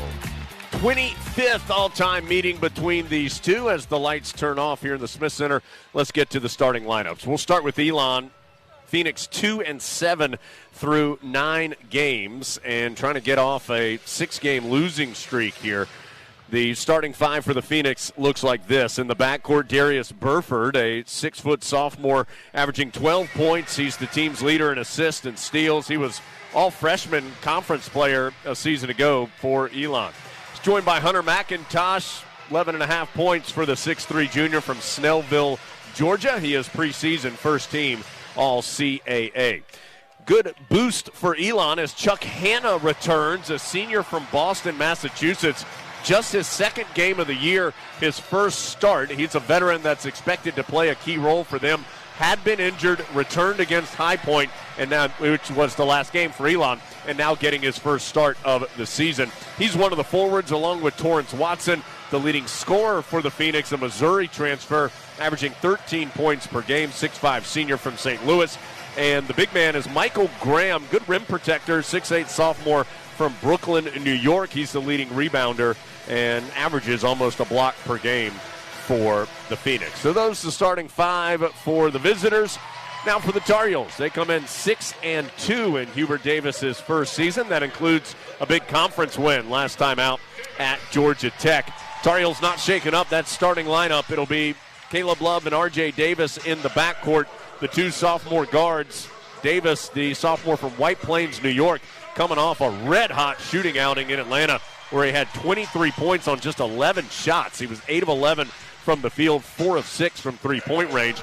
Love had a terrific game as well, 17 points, 6 rebounds, 5 assists.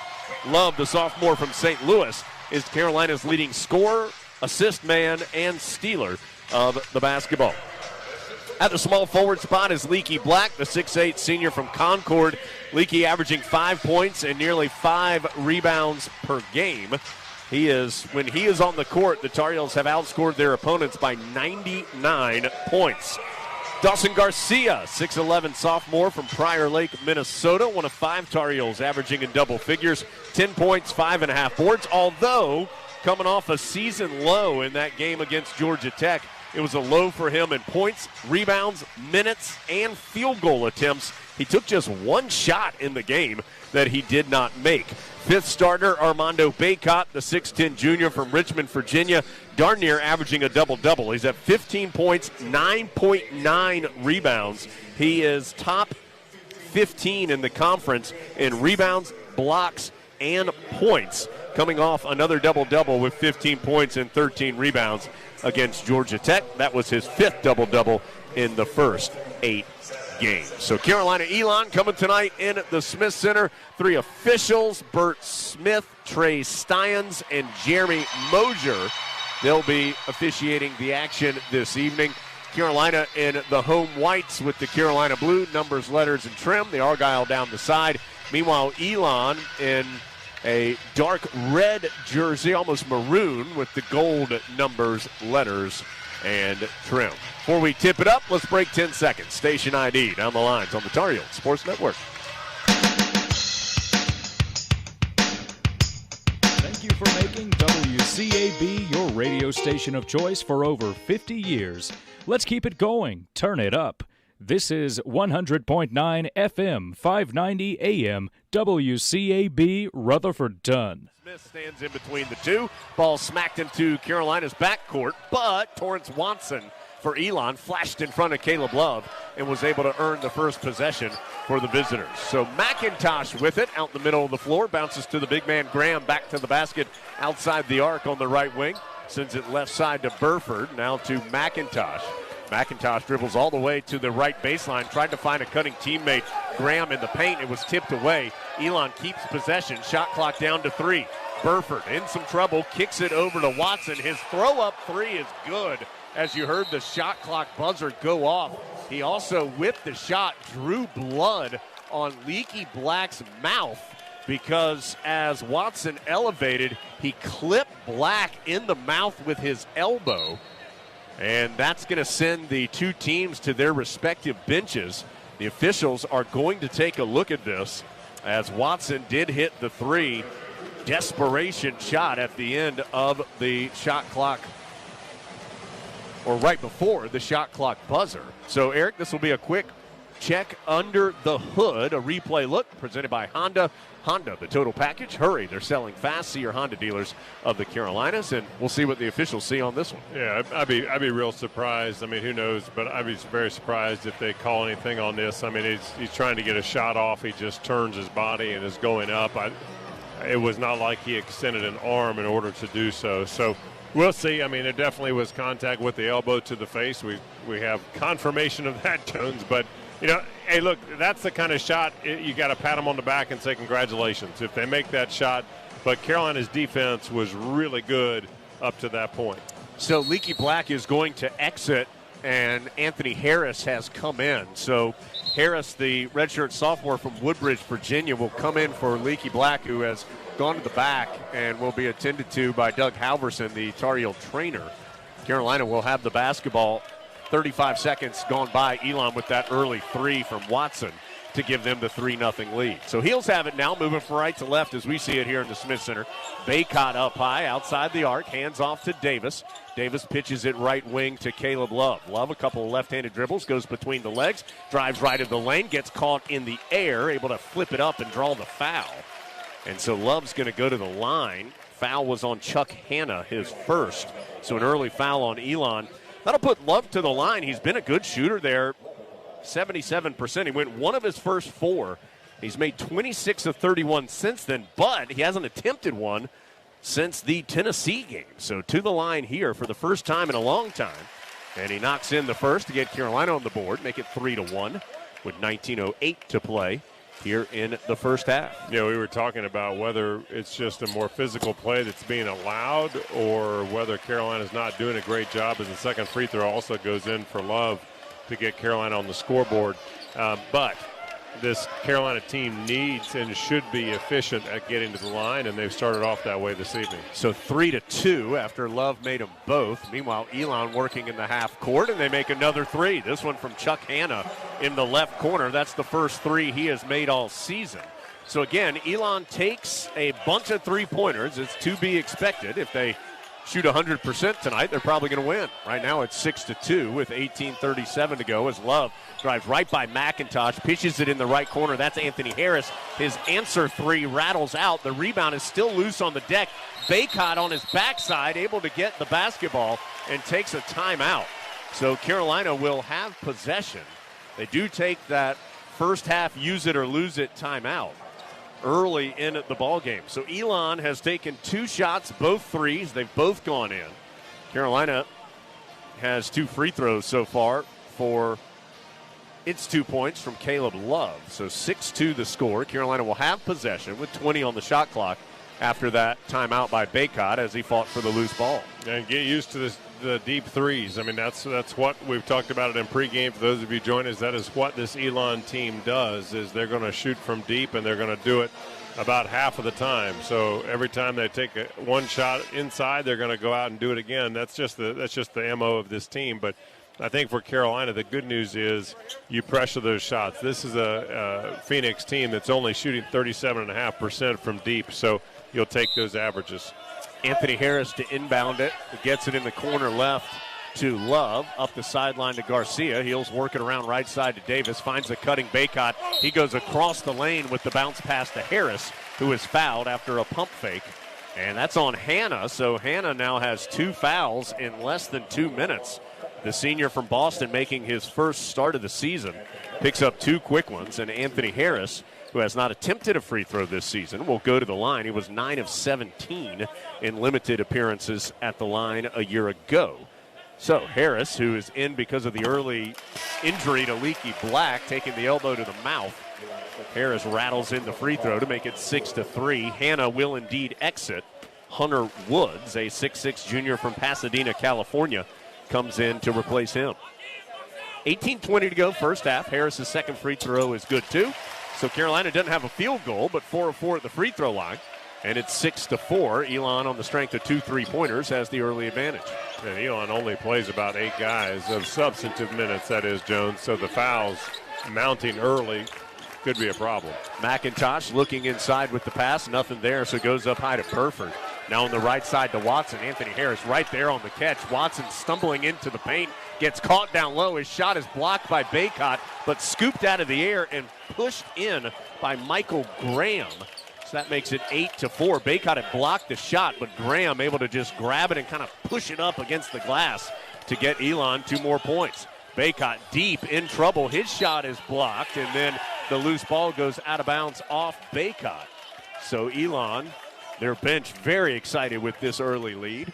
Well, and they're also excited because they put Bacot in a position where he didn't have a good shot. He got too low. He got the ball too low, so he set up on the post too low. So when he turned over his left shoulder, he was already underneath the backboard.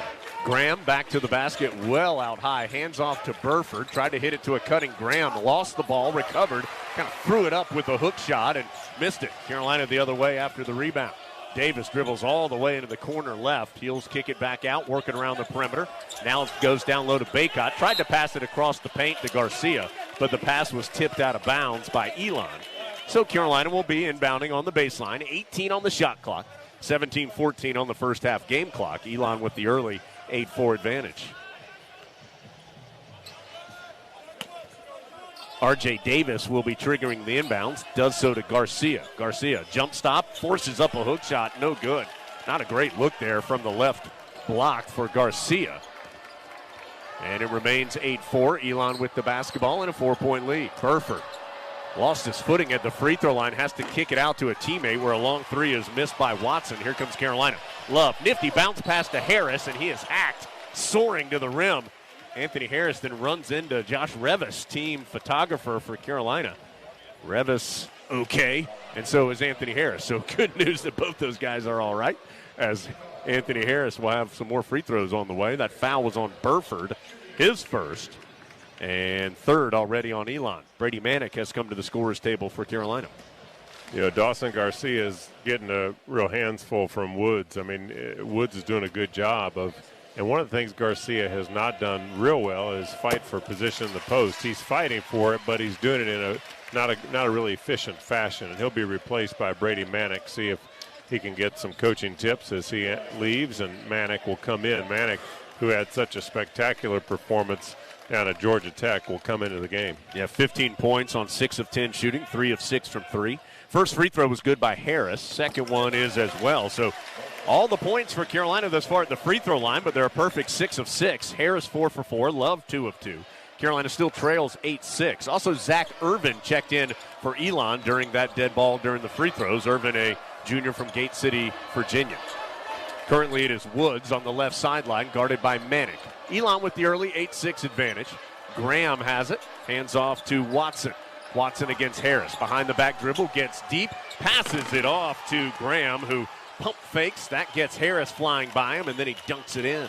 Yeah, he's got pretty good hands inside. When you look at the way he plays, Graham has had a couple of them that have been just a little bit of tips. He's had to go out and grab it, so he's done a nice job.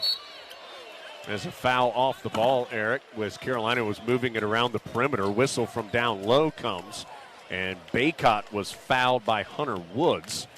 First foul on Woods. That's already 4 on Elon, not even 4 minutes into the game. This will just be an inbound for Carolina. Anthony Harris triggers it in the right corner to Love. Flips it to Manick, up high to Bacop. He'll hand off to Love on the right wing. Takes a couple of dribbles inside the arc, misses the long two. And a rebound foul called on Carolina. I believe Bacop going to be whistled for pushing off as he tried to go up and get the board. His first on Carolina. And so Elon will inbound with a 4-point lead. Just trying to look on the bench. Don't see Leaky Black back. Kerwin Walton is going to come to the scorer's table. He will check in at the next opportunity. Couldn't get there fast enough to come in during that dead ball. 15:50 to go as Elon works in the half court with a 4-point advantage. R.J. Davis knocks away a pass on the right sideline. McIntosh goes to get it for Elon. McIntosh up high to the big man Graham, taken away by Caleb Love, and he knows what to do with it with an impressive slam finish. 10-8 as Love looked like Dominique Williams or Dominique Wilkins in the 80s slam dunk contest there. 10-8. Right sideline Woods. Love leads Carolina in steals as a three-pointer missed off the back iron from the corner. Love battles for the board. Heels on the move. Underhanded to Manick.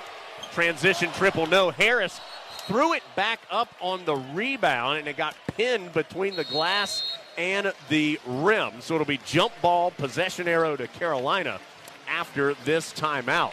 Man, still thinking about that dunk by Love. He elevated, circled it home, and threw it down. That was impressive. Tar Heels, though, down too early, 10-8 the score, with 15:11 to play in the first half. Carolina will have the ball after this from Learfield. Hey Carolina family, this is Athletic Director Bubba Cunningham. As official sponsor of Carolina Athletics, Wells Fargo understands being a Tar Heel means there's no off-season. With the Wells Fargo Tar Heels debit card, you can show off your Carolina pride no matter where you are.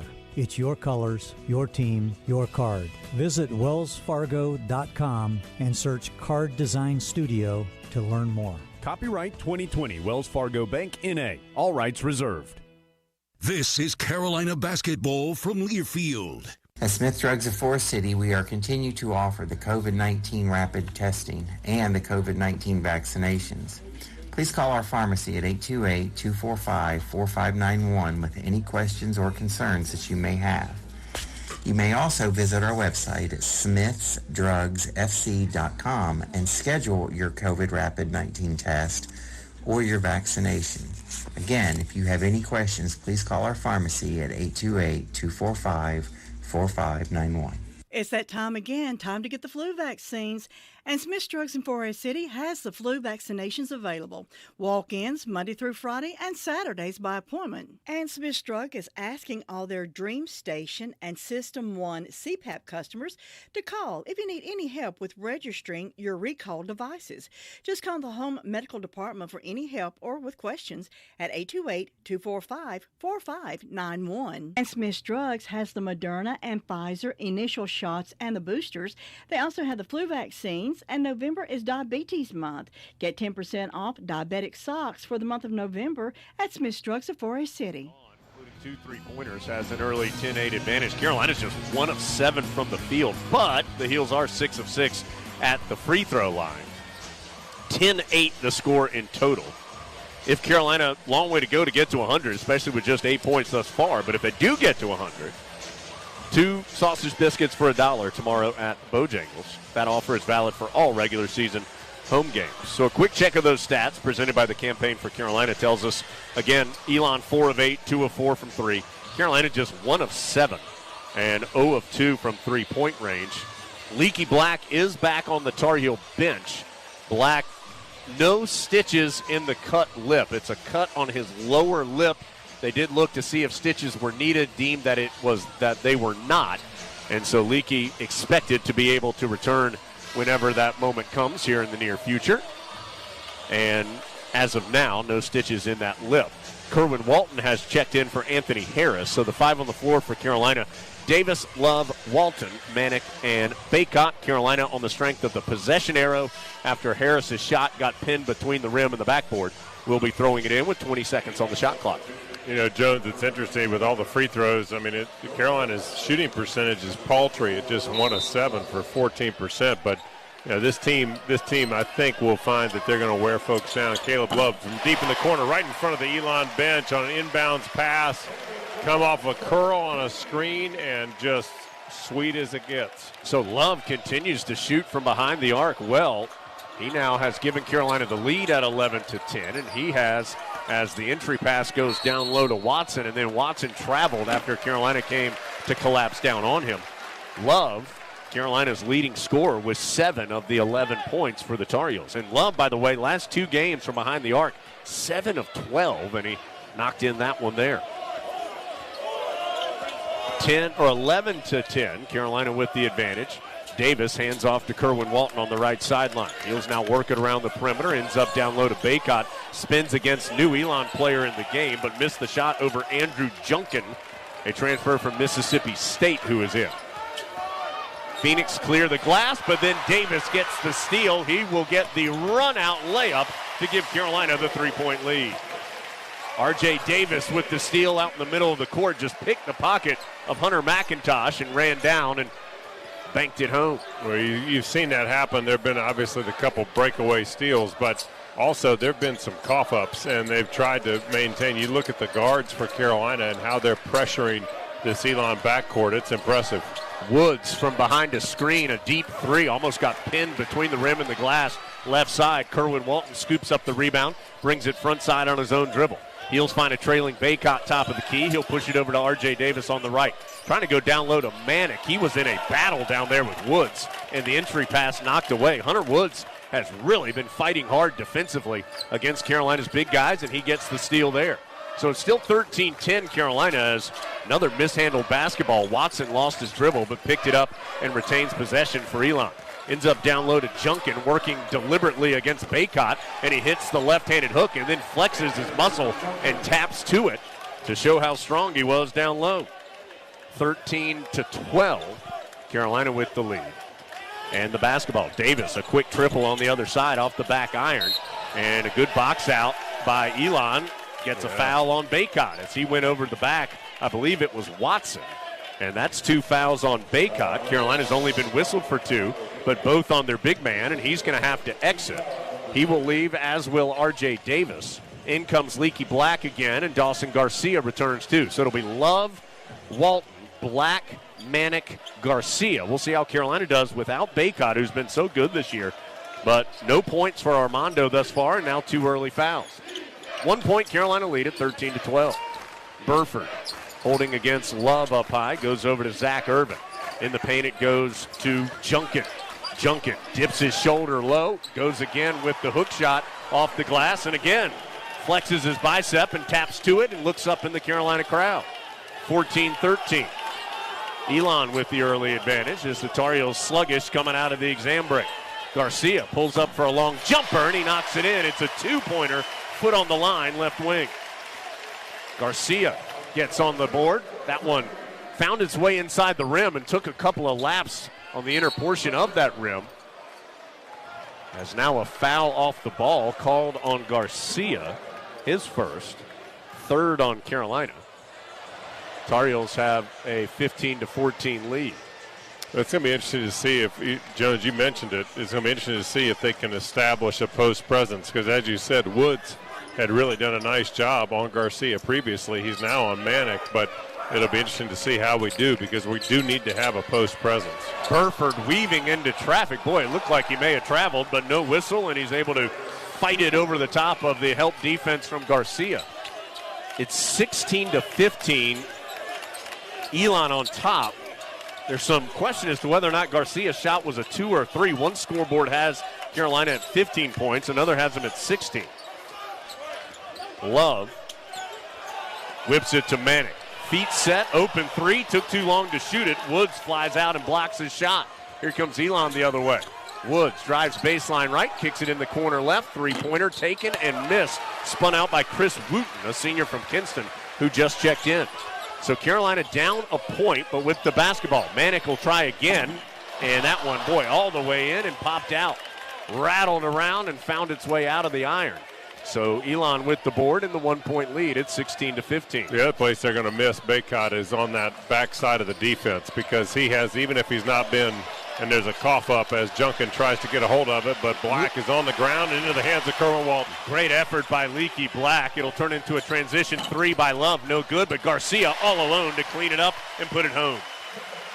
Garcia from the left side, Eric, gives Carolina the 1-point lead. Yeah, so just to finish the thought about Bacop being out with those 2 fouls, he is somebody who really does anchor the defense in the back, and if they're having trouble with Burford, who again is driving into the glass and again scores after just Dipsy doing right around Caleb Love, and then he got into Garcia and he couldn't do anything with him. So Burford is picking up the benefit of having no Armando Bacop in the back of that defensive line. So Burford gives Elon the 18-17 lead. Manic top of the key. He's going to try again for 3 off the back iron, no good. And there's Burford with the rebound. So Elon with some momentum here early, about halfway through the first half. As Burford double dribbled, but then, nope, it's going to be an offensive foul. Burford lost control of the ball. I thought that was the call, but instead it was a foul in the paint on Junkin, for the offensive foul, his first, 5th already on Elon. So 10-13 to go first half. Again, we've got conflicting scoreboard readings. We think it's 18-17 Elon. They are going to go to the monitor and check that shot by Garcia to see if it was a 2 or a 3. So hopefully we'll have a clean answer for you when we return.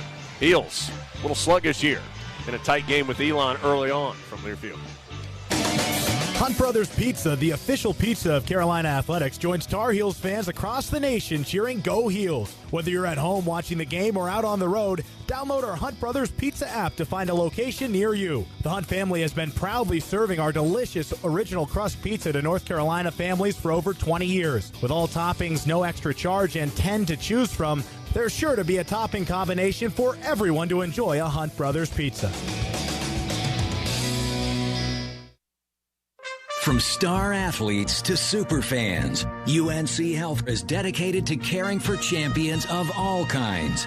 For you, the latest advancements and our greatest expertise are always in play to deliver personalized care with the utmost compassion. It's the kind of care that keeps champions like you and your family in the game when it matters the most. See our lineup at unchealthcare.org/sports. Every day in the U.S., more than 9 people are killed and 1,000 injured in crashes involving a distracted driver. You can't control other motorists, but you can control how you operate your vehicle. Avoid distractions while driving, like texting or checking social media. You can't drive safely unless driving has your full attention. Any non-driving activity you engage in increases your risk of crashing. Brought to you by Trusted Choice Independent Insurance Agents of North Carolina. Learn more at trustedchoice.com/GoHeels.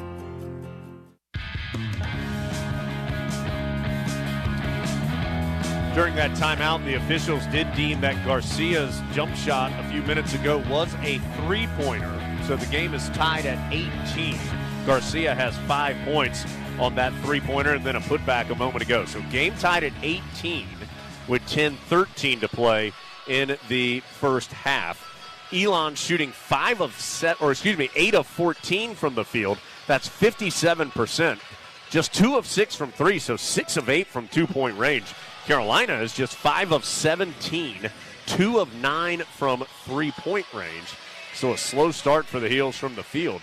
But they have been good at the free throw line, and Food Lion is proud to sponsor the Score to Give More campaign. For every free throw the Heels make this season, Food Lion Feeds will donate 100 meals to a local area food bank to help our neighbors in need this winter.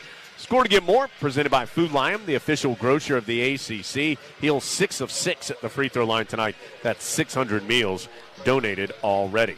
Heels will come out with Love, Walton, Black, Manic, Garcia. Eric, some rust showing from Carolina here in the first 10 minutes. Yeah, it has been, and I think also some decision-making processes that are a little messed up right now. I think Manic, who's 0 of 4 from deep, and you look at that, the only shots he's taken, he's been in 7 minutes, and he's shot 4 three-pointers, and none of them have gone in. So what that tells you is just you're pushing a little bit. He's obviously he's a good shooter. He can make those shots. We've seen him make those shots, and some of it has been opportunistic, but sometimes even if you're wide open, it doesn't mean it's the right time and place. Right elbow, Garcia has it. Now he tries to back in, and he is fouled as he turns to shoot by Michael Graham. First foul on Graham, 6th on Elon.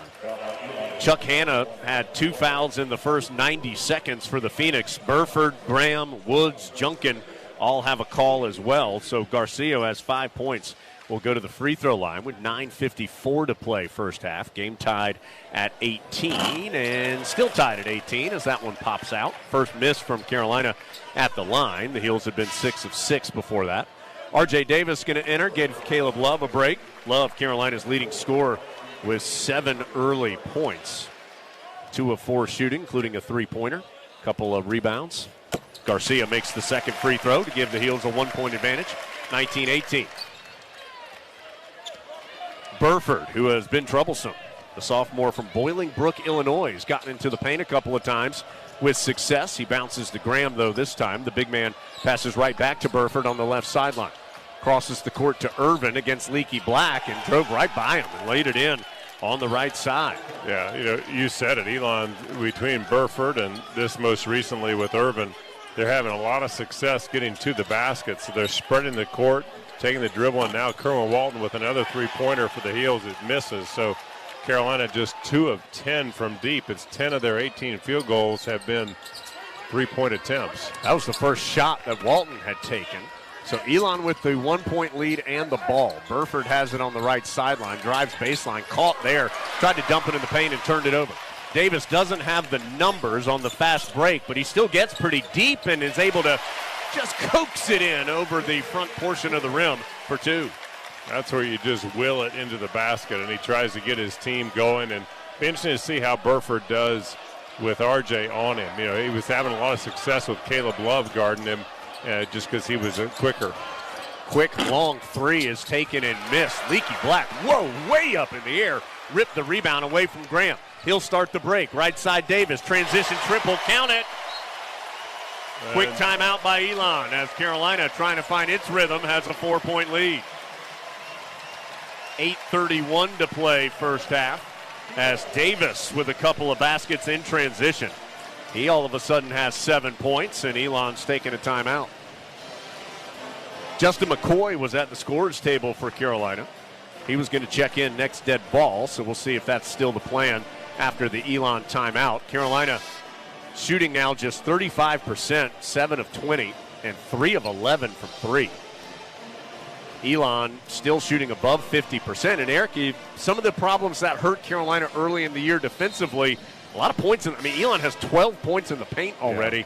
Yeah. That's a high number for that type of team against the Tar Heels right now. Well, and I think particularly when you saw against Michigan and against Georgia Tech that, kind of two of the most impressive opponents Carolina's gone up against outside of the Mohegan Sun when they got beat up pretty badly. That was really shored up, and Carolina was helping. They were helping on the pass. They were helping to close the gaps, and you can see that Carolina is trying to do some of those things. But of course, with Leaky Black out and Armando Bacop out for the bulk of this first half up to this point, I think they're seeing that that's become another problem and how critical those two players are to the success of the defense. And so it's really going to put the onus on the individual right now to shore up their own defensive tactics. Elon with the basketball will try a quick three. It is short from the left wing by McIntosh, and the rebound bounces out of bounds. McCoy has indeed come in. So Carolina has Davis, Walton, Black, McCoy, and Garcia. One thing that has aided Carolina in this game is turnovers. Elon was 6, Tar Heels just 1, and Carolina has turned that into 9 points off those 6 Elon turnovers. 24-20, Carolina with the lead, and the ball, Garcia goes right by his defender, had it knocked out of his hands by Graham after he had driven by him left side of the lane. Out of bounds, it belongs to Carolina. 8:09 on the game clock, 21 on the shot clock. Leaky Black will inbound. Gets it in the corner left to Walton. Up the sideline to McCoy. Up high, middle of the floor to Garcia. Now right wing to Davis. Gets it down low. It's McCoy on the low block. His hook shot on the baseline won't go. Garcia tips it up once. Twice it would not fall home. And Elon with the board eventually. Graham able to cradle it. So still a 4-point Carolina lead. Bacot on the bench with 2 fouls for the Tar Heels.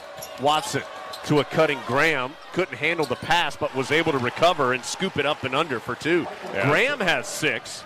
That's his season average. R.J. Davis the other way. Pitches left corner to Leaky Black. Didn't take the 3. Instead goes out high to McCoy.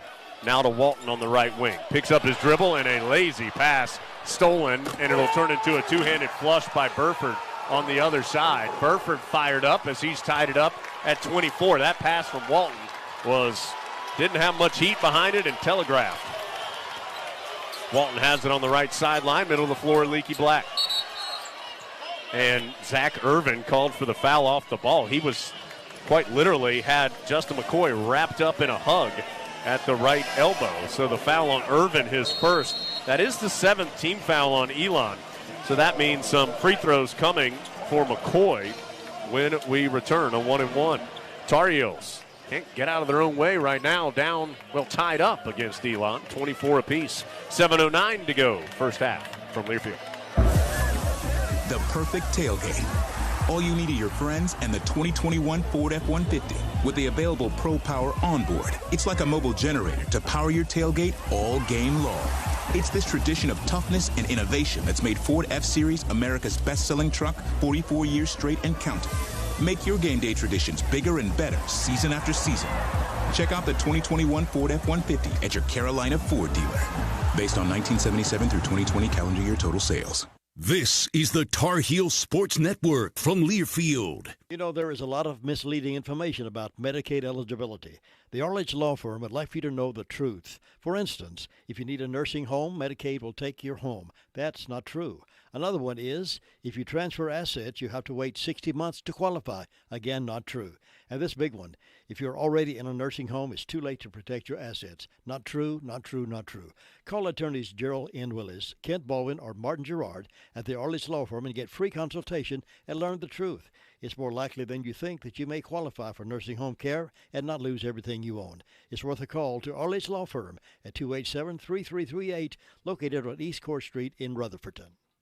There are so many insurance agencies here and there, but to find a dependable agency that you can trust, that would be Maxwell B. Hamrick Insurance Agency. They are your full-service agency offering auto, business, homeowners, health, and life. Maxwell B. Hamrick is an independent insurance agent. Call them today at 286-2384. They care about their customers, and it shows. They're located at 119 Huntley Street in Spindale. Maxwell B. Hamrick Insurance Agency, serving one satisfied customer at a time. From Elon, Carolina really struggling to put the ball in the basket right now. Just 7 of 23. That is 30.5%. Only 3 of 11 from three-point range. Meanwhile, Elon, 11 of 19 from the field. That is 58%.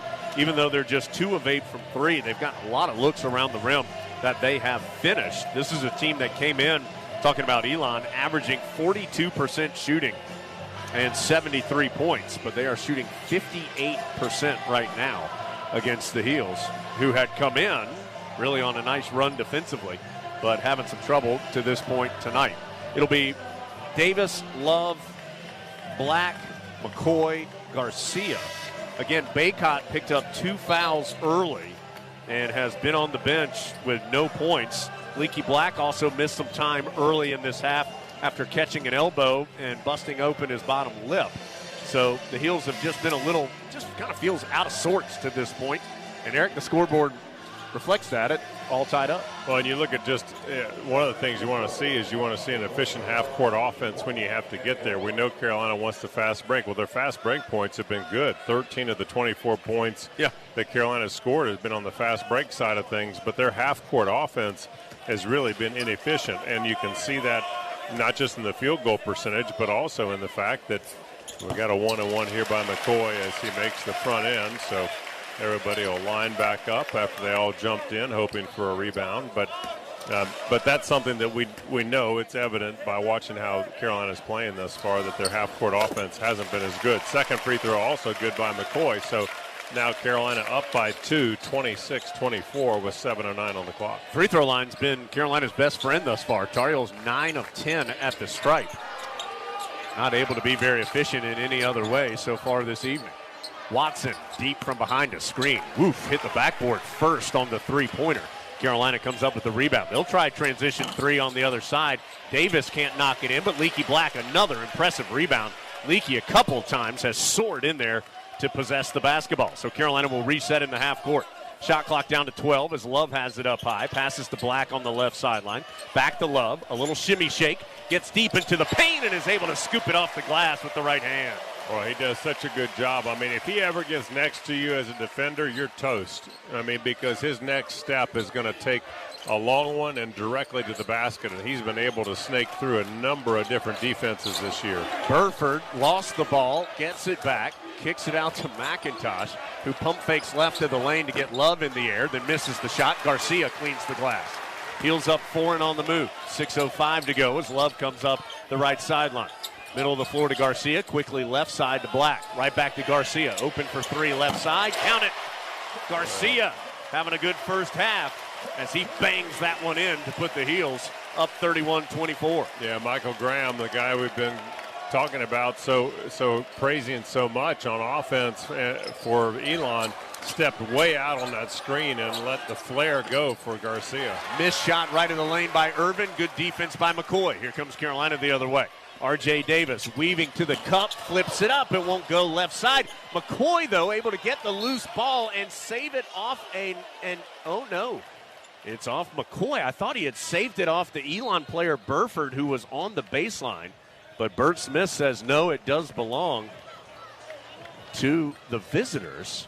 We'll get a look at it here on the replay, and I think that's probably the right call. Now, again, the scoreboards are different. We've got one that said Garcia made a 3 and one that said it was just a 2. So I think that one was a 3. We're going to say it's 31-24, although some scoreboards read 30-24. Having some scoreboard issues tonight. Irvin from behind a screen misses a three-pointer. Nothing but white jerseys there for the board. It belongs to R.J. Davis. Heels up 7 and on the run. Garcia fires a pass to Black in the front court left wing. Leaky pushes it back out middle of the floor to Davis. Crossover once, twice, then drops it off to Love. He'll try a step back 3 on line, but short. McCoy tips the rebound. Black able to scoop it up. But as he tried to kick it to Love, it went into the backcourt. Burford the other way, a little bit out of control, missed the runner. Black and McCoy knock each other off the rebound, but eventually Leaky goes to get it. Now everybody's going to slow down As Carolina moving a little too fast for its own good. Well, let's see if we can get Garcia in that post. Love attacks left of the lane, cut off, so he pivots, shoots, came up short. Boy, he's going to make that more times than not. That was wide open from about 8 feet, but just left it short. 31-24 Carolina. McIntosh, he's just going to diagnose and fire up a long three that goes. Never passed it. He just dribbled to in front of the Carolina bench and hit a rainbow triple. 31-27, Carolina's 7-point lead down to 4. In the post, McCoy, double team comes, so he dribbles out of it, skip pass to Davis on the right wing. He'll penetrate into the paint, off the back iron with the shot, no good. Rebound to Elon. Carolina continues. Just have a tough time putting the ball in the basket. 9 of 30. That is 30%. Penetration and pitch, left corner three, no good. Leaky Black with the box out for the rebound for Carolina. Hanna is back out there for the Phoenix with 2 fouls. Anthony Harris comes to the scorer's table for the Heels. 31-27. Love.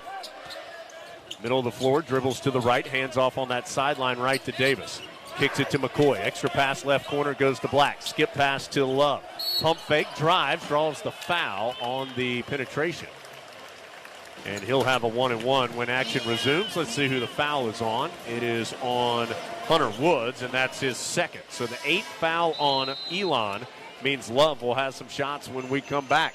3:24 to play in the first half. 31-27 Carolina. Star Heel basketball from Learfield.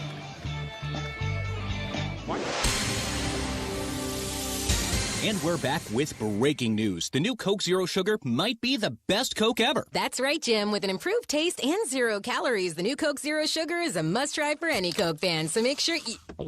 Jim. Jim. We're on the air.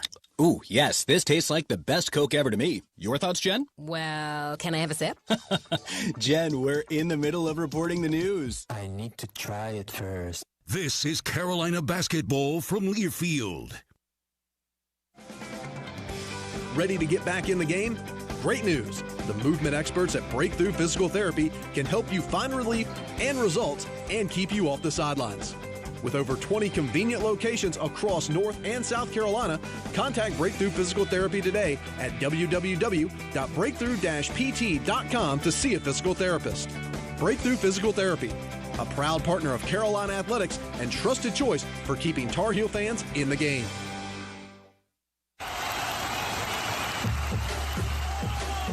Hey, Tar Heel fans, get ready for a winning season with a John Deere tractor package from Quality Equipment. You can't afford to lose on your home court, so we'll help you get the right package to win on your property and for the right price.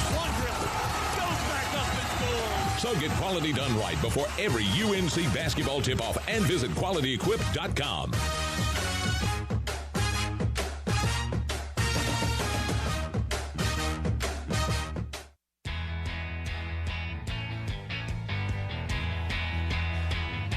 Officials are still taking a look at that Garcia jump shot. Bert Smith and Jeremy Mosier have been looking at it for a long time. And I'm still not sure I got the look. Okay, they have called it a 3 now. So another long look under the hood presented by the Honda dealers of the Carolinas. That's twice now. Garcia has hit a long jumper. There was some ambiguity whether it was a 2 or a 3. So that is a 3-pointer. So 31-27 is the accurate score with 3:24 to go first half. Caleb Love at the free throw line when action resumes. Eric, Tar Heels, boy, they're just having trouble shooting tonight to this point. Just 9 of 30 from the field. That is 30%, 4 of 14 from three-point range. Well, you think about it, we've seen this several times throughout the season. And most, if not all, I'm going to go with all, Jones. You debunk my theory, but I think all of it happens when Bacot's out of the game. Yeah, I mean, that's a big difference. Bacot has no points, 2 fouls, has only played a handful of minutes as he picked up those 2 early fouls, and Carolina has struggled to find consistent post presence with Bacot out. Tar Heels do have a 21-12 rebound advantage, but it just doesn't feel like they have that same strength in the post as Love hits that front end of the 1-and-1. Just feels like they don't have that strength down low without him, Eric. Well, for sure. I mean, Manick is not a guy that's going to go to the post. Garcia has not been able to have any real success against Wood or Hunter inside. Second free throw also good by Love, so 33-27, 3:24 on the clock. Carolina's going to have to find some balance on that offense. They can drive to the bucket, they can shoot threes. None of those are having a high degree of success right now. So Heels up 6. This is the largest lead Carolina's had. As a foul off the ball, Burford and Davis got all tangled up, and R.J. Davis is going to be called for the foul, his first. Fourth on Carolina. No free throws coming. It'll just be an inbound for Elon. 5 on the floor for the Heels. Davis, Love, Harris, Manick, and Garcia. Carolina by 6, 33-27. A lot of action off the ball. Ends up in a right baseline jumper, which is missed on the inbound by Elon. Good box out by Garcia. That kept any Phoenix player away, and Manick was able to scoop up the loose ball rebound off the deck. Love the other way. Heels up 6. Caleb hands off to R.J. Davis on the right sideline. He comes to between the circles. Now to Harris on the left wing. Wanted to go down low to Manick. Nothing there, so he kicks it back out to Love. Still 10 on the shot clock as Love spins into the paint. Goes right corner to Garcia. His three won't go. Manick slaps the rebound out to the timeline, and R.J. Davis. Carolina will try again. Love, crossover. Into the paint, can't finish with the left hand. There's Manick, though, for the putback. A couple of nice offensive touches for Manick inside. The first one that pitches it outside to a waiting teammate, and then that one just being around the basket and being smart with it. He's got a little bit of size on his current matchup, and he's taking advantage of it. 8-point Tar Heel lead, 35-27, 2:15 to go in the first half. Watson on the drive, tried to find a cutting Hannah. Nice tip away by Anthony Harris. He and Hubert Davis both complaining about a screen earlier in the possession that the Tar Heels thought was illegal. 10 seconds on the shot clock for Elon, inbounding on baseline left. Heels up 8. Inbounds. Quick three-pointer, rattles out. Good job again by Garcia on the box out. Allows Harris to get the board. He pitches it left side to Davis. Deep into the paint, missed the runner. RJ's had some trouble tonight finishing around the rim. He is just 3 of 8 from the field. Meanwhile, on the other side, Chris Wooten is in for Elon. Goes to Burford with the pass between the circles. Now to Hannah, faces up high post. Gives it back to Burford. Gets to the right elbow, sends a pass out to Watson. Watson on the drive, hangs in the air, and is able to get his shot, crawl over the rim for 2. Watson now with 5. Carolina's lead down to 6 at 35-29. Heels have the lead despite making just one of their last 8 shots and shooting 29% thus far for the half. Ill-advised pass from Manick from straight away. Tried to go in the post to Garcia and turned it over. Yeah, I'm not so sure that's not Garcia's fault. Elon with the basketball after the turnover. McIntosh going to face up and fire and miss everything on the three-pointer.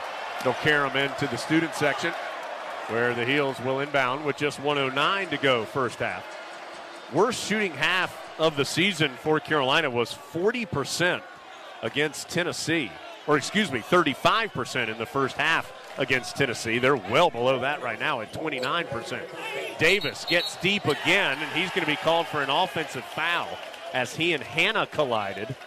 And that's now 2 on R.J. Davis and another turnover for Carolina as the Heels have had a couple of miscues here in a row. That's 5 turnovers for the Heels in the first half. A sloppy first half has Carolina up just 6 with 57.9 to go. Well, I mean, I think it's almost it's a little bit addictive to see the gap and then to have it dry up. And I think it's so enticing for the guys like Love and Davis who are able to drive in there. They know that they can get there, but then there's nothing there. And it's hard. It's a hard balance to say I'm going to pass up on an attack when I see the gap. But Carolina's offense, there haven't been many possessions where they've taken more than 3 or 4 passes, and you just sometimes have to work it. Watson has it outside the arc. He'll flip a pass high post to Hannah. 8 on the shot clock for Elon, as now Burford has it.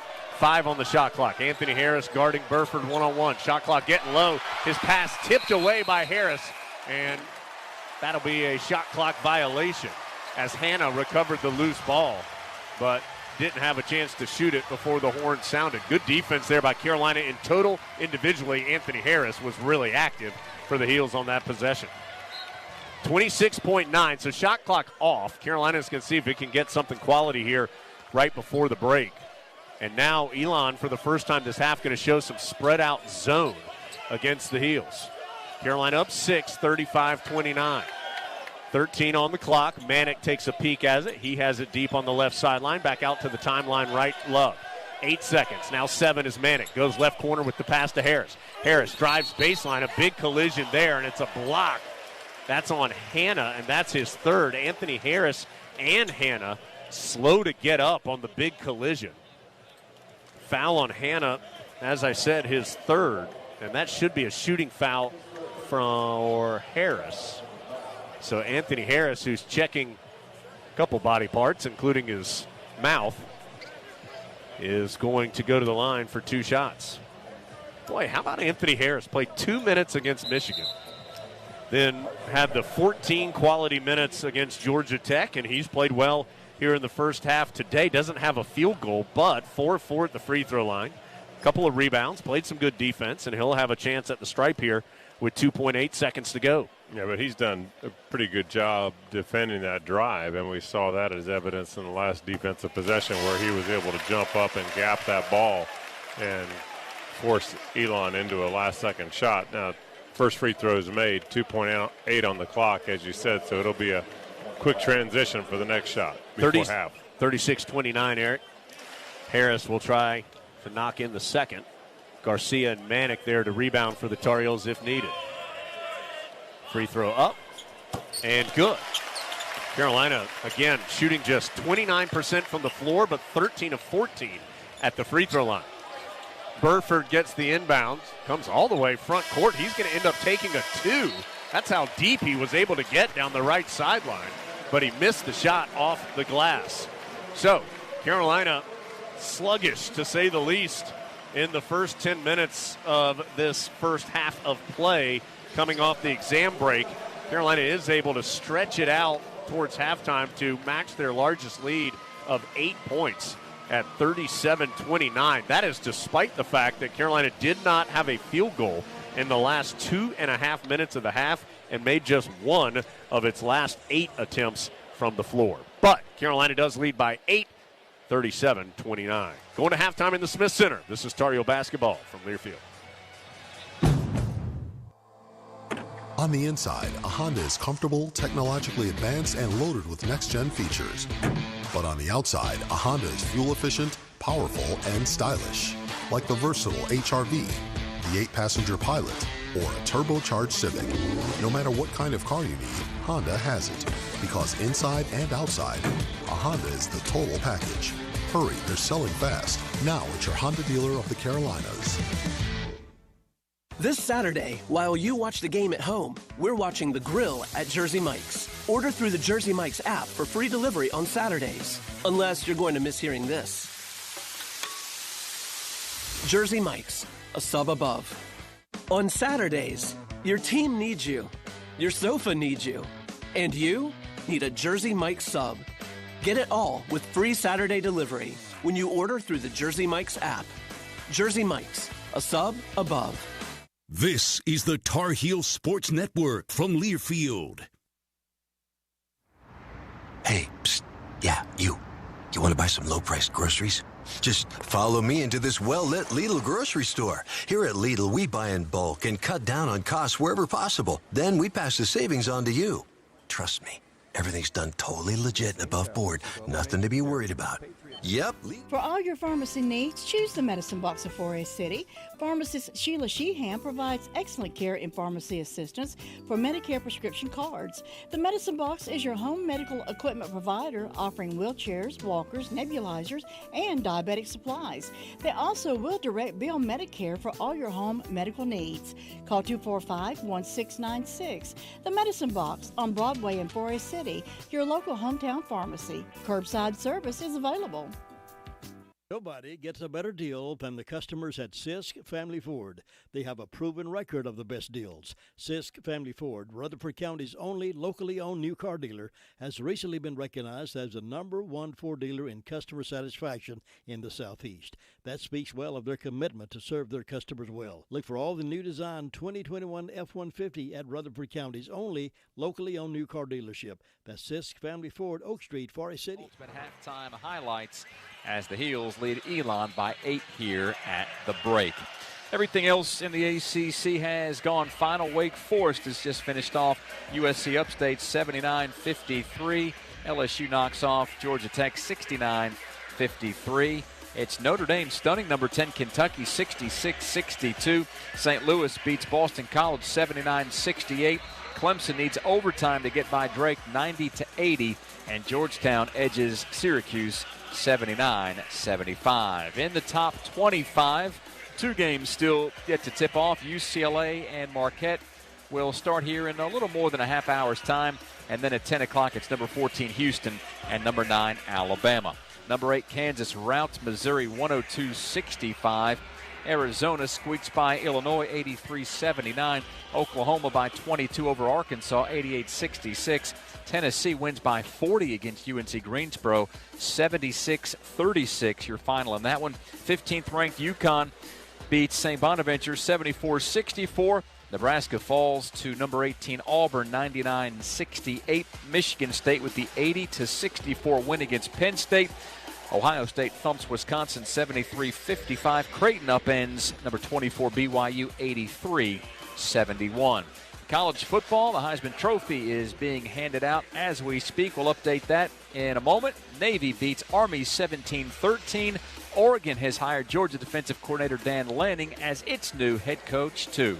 We've got ultimate halftime highlights and stats. When we come back, it's Carolina 37, Elon 29 from Learfield.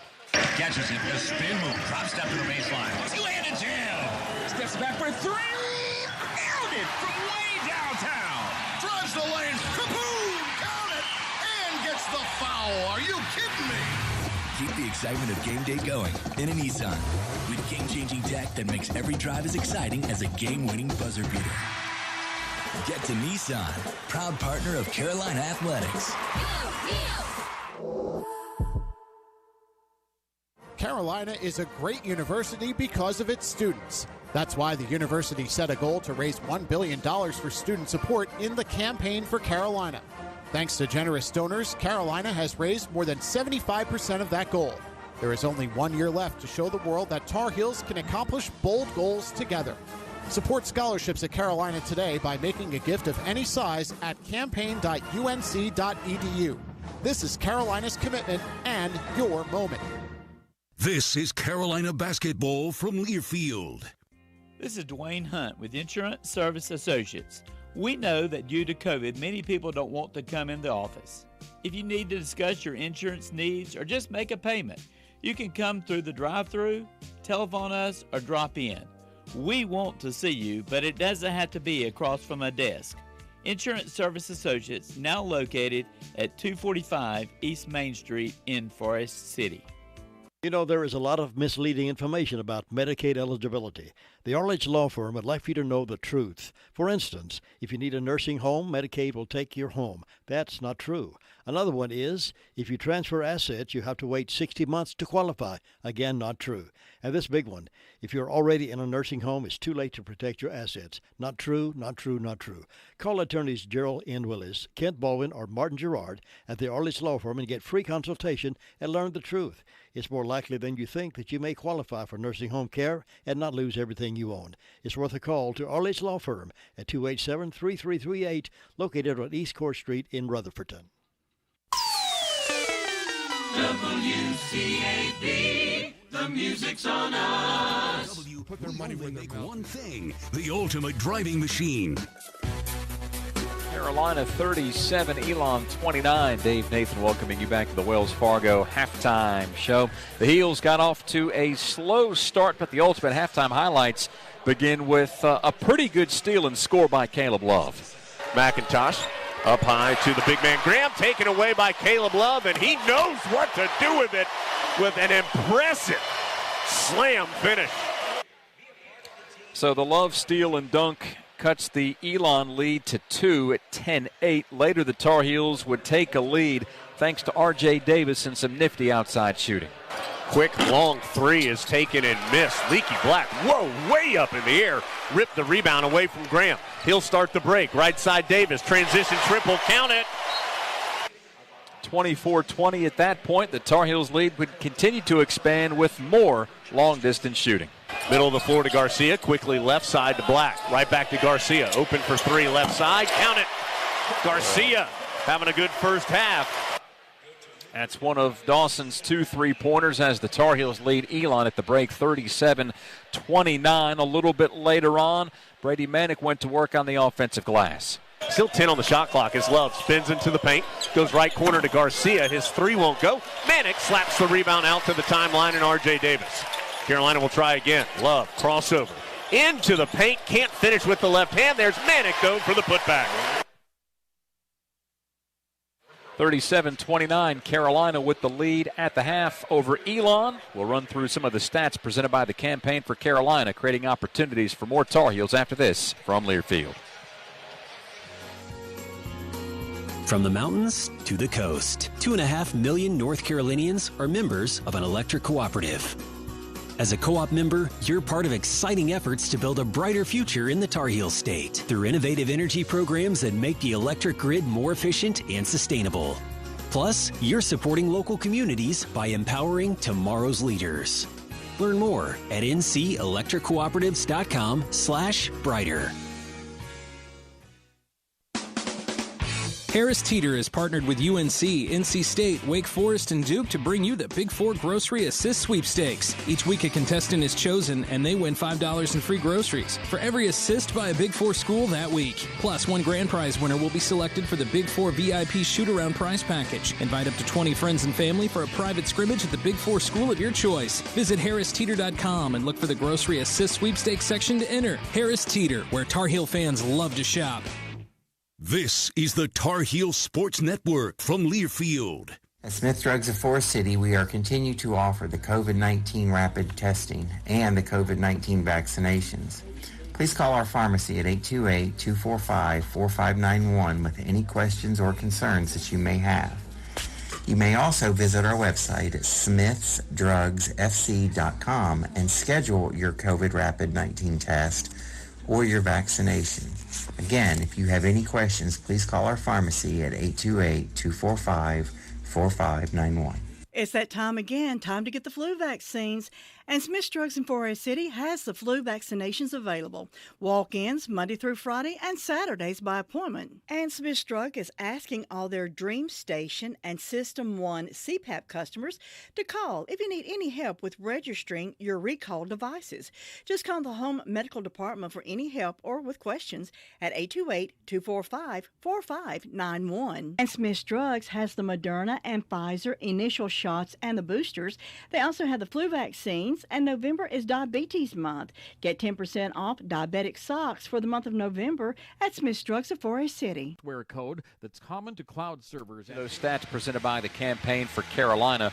The Tar Heels only shoot 10 of 34 in the first half. That's 29.4%, 4 of 15 from three-point land, but made a living at the stripe, connecting on 13 of 14. By contrast, Elon hasn't gotten to the line, has gone 3 of 14 from three-point land. The Tar Heels hold the Phoenix to about 42% shooting in the game's first half. It's the Tar Heels' worst shooting half of the season, so we'll see if the Tar Heels can improve on that in the game's final 20 minutes. On the glass, the Tar Heels doubling up the Phoenix 26-13.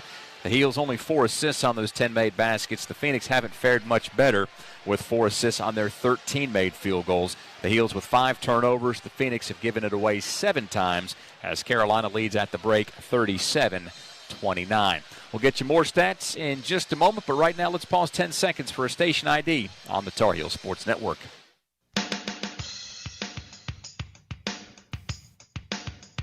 10 counties with the best variety of entertainment and information. This is 100.9 FM, 590 AM, WCAB Rutherfordton. He has 11. Dawson Garcia with 9, 7 for R.J. Davis, 6 for Anthony Harris, 2 apiece for Brady Manick and Justin McCoy. Our score reads Carolina 37, Elon 29. That'll do it for the Wells Fargo Halftime Show, brought to you by Wells Fargo, official sponsor of Carolina Athletics. We'll send things back to Jones and Eric when we come back after this. The Heels lead Elon 37-29 from Learfield. If you want the nation's best auto insurer, look no further than North Carolina Farm Bureau Insurance. Rated #1 in Crash Network's Insurer Report Card. We're the only insurer in the nation to receive an A+ rating from auto body shops in 2020 and 2021. Our philosophy is simple. Be fair, be quick, be the best. North Carolina Farm Bureau Insurance. Helping you is what we do best.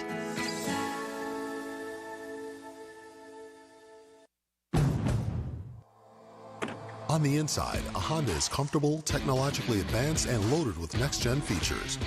But on the outside, a Honda is fuel-efficient, powerful, and stylish. Like the versatile HR-V, the 8-passenger Pilot, or a turbocharged Civic. No matter what kind of car you need, Honda has it. Because inside and outside, a Honda is the total package. Hurry, they're selling fast. Now at your Honda dealer of the Carolinas. This is Carolina basketball from Learfield. There are so many insurance agencies here and there, but to find a dependable agency that you can trust, that would be Maxwell B. Hamrick Insurance Agency. They are your full-service agency offering auto, business, homeowners, health, and life. Maxwell B. Hamrick is an independent insurance agent. Call them today at 286-2384. They care about their customers, and it shows. They're located at 119 Huntley Street in Spindale. Maxwell B. Hamrick Insurance Agency, serving one satisfied customer at a time. For all your pharmacy needs, choose the Medicine Box of Forest City. Pharmacist Sheila Sheehan provides excellent care and pharmacy assistance for Medicare prescription cards. The Medicine Box is your home medical equipment provider, offering wheelchairs, walkers, nebulizers, and diabetic supplies. They also will direct bill Medicare for all your home medical needs. Call 245-1696. The Medicine Box on Broadway in Forest City, your local hometown pharmacy. Curbside service is available. Not a real clean first half for the Tar Heels. They shoot their season low 4.5, just 29%. That includes strings of 6 straight missed, 4 missed in a row. That happened twice, 3 in a row a couple times. Tar Heels, though, did get to the free throw line a bunch, 13 of 14. That's helped them to the 8-point halftime lead. Let's get to the trusted choice of the game. Brought to you by the Trusted Choice Independent Insurance Agents of North Carolina, who want you to stay safe behind the wheel. Put down your phone while driving. Let's have a hands-free NC. To learn more, find an agent near you. Visit trustedchoice.com/Go Heels. And Eric, Tar Heels, just as the action has begun, Elon has the ball. Tar Heels need to just be a little cleaner here in half number 2. Yep, totally agree, offensively and defensively. Watson spins into the paint, tried to dish it down low. Bacop tips it away and then gets to the deck to get the loose ball. Bacop played just 7 minutes with those 2 fouls in the first half. He immediately gets a steal and a hustle play to get Carolina the basketball. And Bacop wants it in the post. He gets it. Double team comes. He dribbles away from it, sends it back out to Love. Carolina will reset. Love has it, Black has it on the left sideline. Now to Love. Elon playing a sagging man-to-man here as Love, with 5 on the shot clock, tries a tough fall away and strips the net on a deep 2. Yeah, well, when he can create that kind of distance on Hannah, and Hannah's not as athletic as Love, but Love dives in and then steps back, that's an impossible shot for him to navigate defensively. 10-point lead for Carolina, right back down to 8 as Burford hits a curling jump shot and then stares at the Tar Heel bench. Burford, the sophomore, has played well. All-freshman performer in the CAA last year. He has 8 points. He came in averaging 12. Double team comes against Bacot again on the low right block, so he sends it out to Love, right back to Bacot. Another double team comes, so he dribbles out of it, needs some help, finds a cutting Davis, who scoops it in off the glass and draws the foul. Well, he got hit a little bit in the back, took an awkward fall, and Punch looks like he gets up grabbing his elbow, but he'll be all right. RJ's a tough kid, and You look at that, I think what we're seeing is obviously the immediate double team on Bacop, who's able to establish position and receive a pass. But when he dribbles out, Jones, he's not looking back at the basket. He's just looking out on the perimeter. I think what he'll find is if he'll take a look on the backside, either Garcia, if Garcia can seal, he'll be wide open in the paint, or he'll have somebody diving to the glass like a Leaky Black, who Elon is likely to double off of if they start doubling from the perimeter. Davis knocks in the free throws, an 11-point Tar Heel lead. That foul was on Chuck Hannum. That's his fourth. So he has to leave, and Hunter Woods, who played well off the bench for Elon in the first half, has come in. So Heels up 11, largest lead of the ball game as McIntosh spins into the paint, sends it outside the arc with the pass to Woods on the left side. To the big man Graham, faces up at the free throw line, knocked away from behind by Love, but it goes right to Burford. Burford can't hit the runner, rebound, tip to Davis. He sprints ahead, pitches to Love. Love, the big Euro step, and an offensive foul called on Love. Yeah, he couldn't quite get around him to sidestep him, and he's had some success with that. He's got the ability, we've seen it before, but there was just no way to get around McIntosh, who found himself in terra firma. First foul on Love. And so Carolina had a little momentum there, but we'll have to give it back to the Phoenix. Quick three, knocked in by McIntosh. Coming around the screen, and he banged it in. So it's right back down to an 8-point Tar Heel advantage. So the Heels up 11 on the break, can't extend the advantage. And then Elon hits a three, so it's back down to single digits. Carolina working in the half court. Bacop dribbles hard left of the lane, pitches back out to R.J. Davis, now to Garcia. Fumbled it a bit, recovers, gets it to Bacop, and he is fouled going to the rim. Foul is going to be on Michael Graham, his second. And that's going to put Bacop at the stripe for 2 shots. Bacop still has not scored. He played just 7 minutes in the first half with 2 fouls. He came in as Carolina's second leading scorer at 15 points per game. Yeah, I think that probably justifiably so. Michael Graham is looking like, what did I do? And I think Bacop got his feet crossed a little bit when he caught that, trying to get inside. He's got typically has some pretty active feet on his offensive moves, but needless to say, he's at the line. First free throw up and cleanly through. So Bacop, after a slow start at the line, has really improved that number. He's up around 61% now on the season. That's his first point of the night. He has just 1 point and 1 rebound. Now 2 points and a rebound as that one hit the front portion of the iron, but crawled in. 44-34. Tar Heels by 10. Largest lead has been 11. This was a really close game throughout the first half. Carolina led by 8 at the break as Bacop steals it out near the timeline, and the big fella rumbles in for the two-handed flush. Bacop, he's fresh, only played 7 minutes in the first half. He's ready to go. Heels up 12, and Elon's going to take a timeout to try and slow the momentum. That'll stretch to a full 17:06 to play in the second half. So Bacop making up for lost time. Active in the post, got fouled, made a couple free throws, and then the nice defensive play for the throwdown here in this half already. Armando has a field goal, 2 free throws, 2 steals, and an assist. So he is ready to go. Heels up 12. We'll take a break. 17:06 to go in the second half. This is Carolina basketball from Learfield.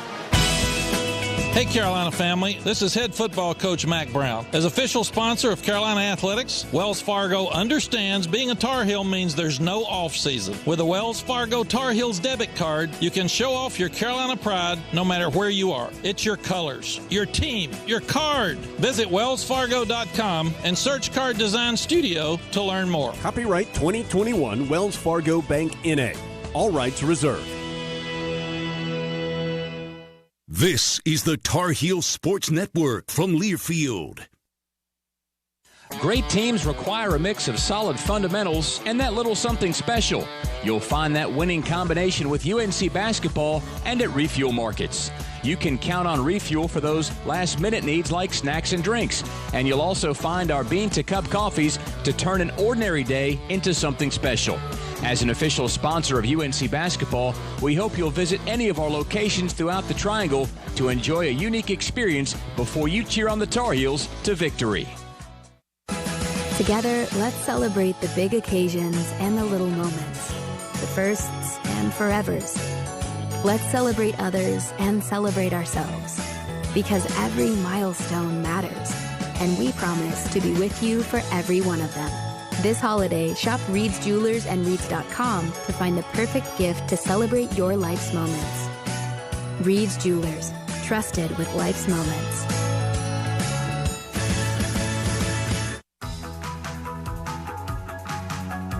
Tar Heels have started the second half well and lead it by 12, 46-34.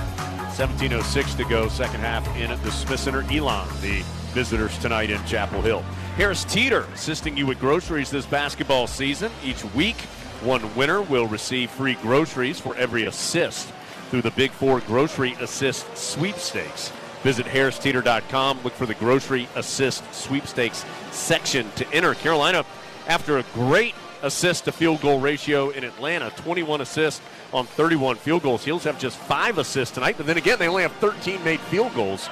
They have 16 made free throws. Tar Heels are 16 of 17 at the line, just 13 of 37 from the field. Now, they are 3 of 3 this half from the field. Carolina coming off its best shooting half of the season, second half in Atlanta, and really struggled in the first half here tonight. Eric shot just 29%. Well, and you think about that assist number, it's one that we always look at, and it's pretty glaring, but you also think about the number of times Carolina's stolen the basketball. They have 15 fast break points. Good point. So there's just not a lot of time. Now, Junkin is back in, Andrew Junkin, number 30 for Elon, and he was quick to give the old I'm the biggest muscle on the court earlier when he made a couple shots. So congratulations, and now we'll see he and Bacop will square off. We'll see how that goes. McIntosh dribbles inside the arc, right elbow, kicks it out to Woods. Woods drives to the free throw line, sends it to Burford.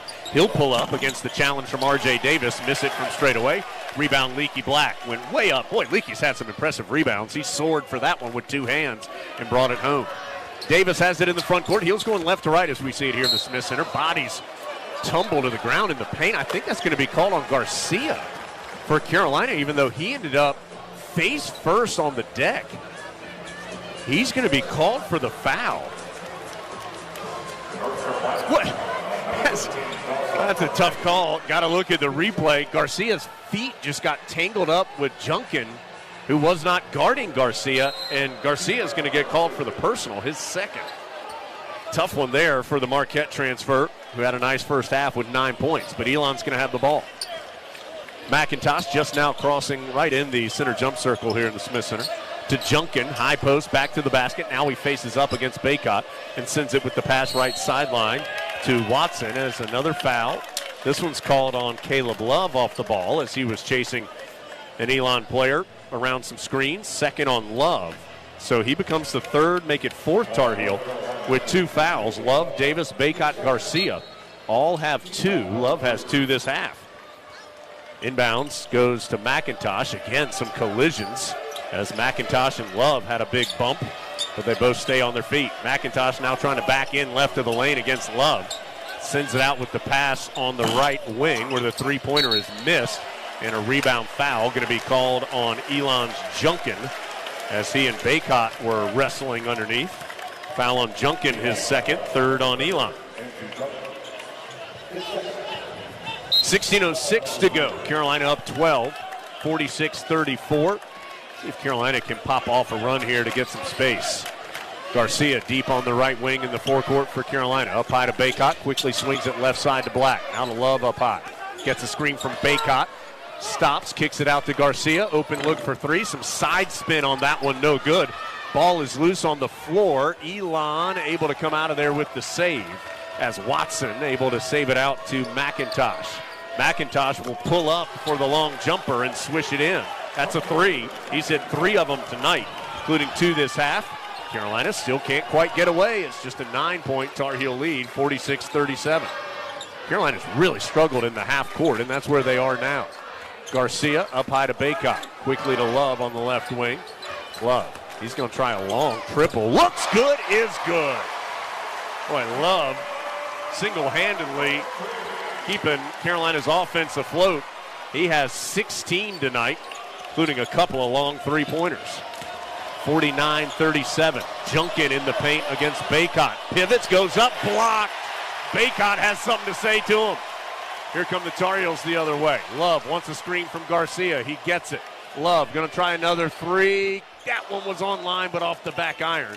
Long rebound run down by Elon. Tar Heels can't quite hit that big punch. Up by 12, 49-37. Phoenix with the basketball, 14:35 to play, second half. Watson to Burford. He'll try a quick three off the front iron. No Love there for the rebound. In some traffic. He now slows it down and will walk it front side. Hubert Davis screaming something out to his point guard. Love takes a peek at the bench. Hands off to R.J. Davis, right wing. Now to Leaky Black, top left. Black gets a screen from Bacop.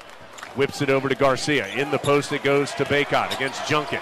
Spins baseline. Had it knocked out of his hands by the Elon big fella. And out of bounds off Junkin. It'll belong to Carolina with 7 on the shot clock. 14:05 to go on the second half game clock. Tar Heels again with a double-digit lead, but just can't quite get away. 49-37 to score. 14:05 to play. Second half in the Smith Center. It's Tar Heel basketball from Learfield.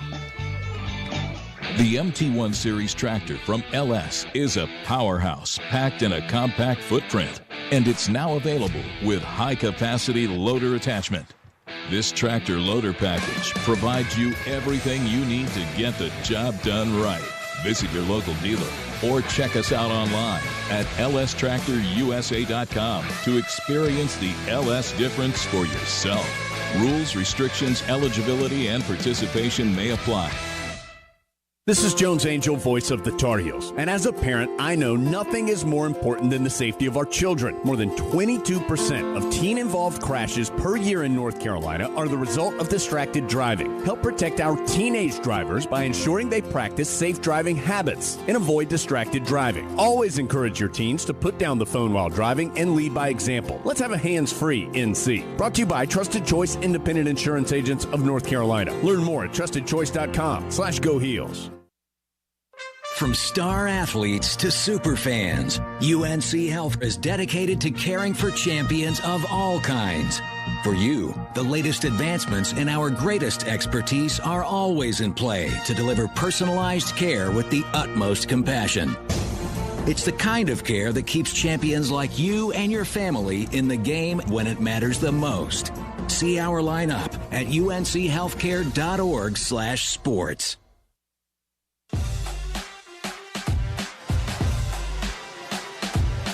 14:05 to play. Second half in the Smith Center. Tar Heels slogging through a non-conference matchup with Elon. Heels are up 12, 49-37. Blue Cross and Blue Shield of North Carolina is the official health insurance partner of Carolina Athletics and believes an inclusive community is a healthy community. They resolve to be a champion for women everywhere by supporting women's athletics to help empower our future leaders. Jones and Eric here with you, courtside in the Smith Center. We're joined by Jody Zwinger, our statistician, Ben Alexander, our chief network engineer. You've heard from Dave Nathan, Adam Lucas, John Essick back in our Tar Heel Sports Network studios. Heels, well, you look at some of these stats, Eric, presented by the Campaign for Carolina, creating opportunities for more Tar Heels, and there's a lot of good things on here. 15-2, fast break advantage, big rebound advantage, 31-16, big second chance point advantage, 11-2. Tar Heels are doing a lot of things well, and yet just the lack of any ability to consistently score in the half court has slowed the Tar Heels' ability to pull away tonight. Well, it really does. I mean, one of the areas that you'd expect to see that the team that's keeping it close and has these other stats to back it up is that they'd have offensive rebounds. Elon has 1. Yeah. So, I mean, that rebounding differential is something that you would expect to be much closer than it is. And so it really does highlight the fact that Carolina is having a tough time making the shots. And they've had some close looks. They've had a few R.J. Davis, Caleb Love inside at the rim, maybe shots that have a higher degree of difficulty, but shots that they would probably make. But I think it just points to the assist that they're not able to catch the ball in rhythm and make shots right now. And there's a step out of bounds by Caleb Love on the inbounds. He took his back foot and stepped out on the sideline, so it'll get turned over to Elon. It just feels like it's been that kind of night offensively for Carolina in the half court. Just unable to really get anything free-flowing and consistent in the half court. That's the 8th turnover for the Tar Heels as well. Elon has 9. McIntosh, he's hit a couple of three-pointers this half, goes over to Irvin. Irvin's three pops out. Bacop with the rebound underneath. He'll hand off to R.J. Davis. So it remains 49-37, Carolina by 12 and the basketball. We'll see if they can work through some of these offensive struggles. Garcia has it between the circles. Overhead pass right back to R.J. Davis on the left wing. Goes back up top to Bacop, now to Love. 10 on the shot clock. Carolina really hadn't gotten moving yet.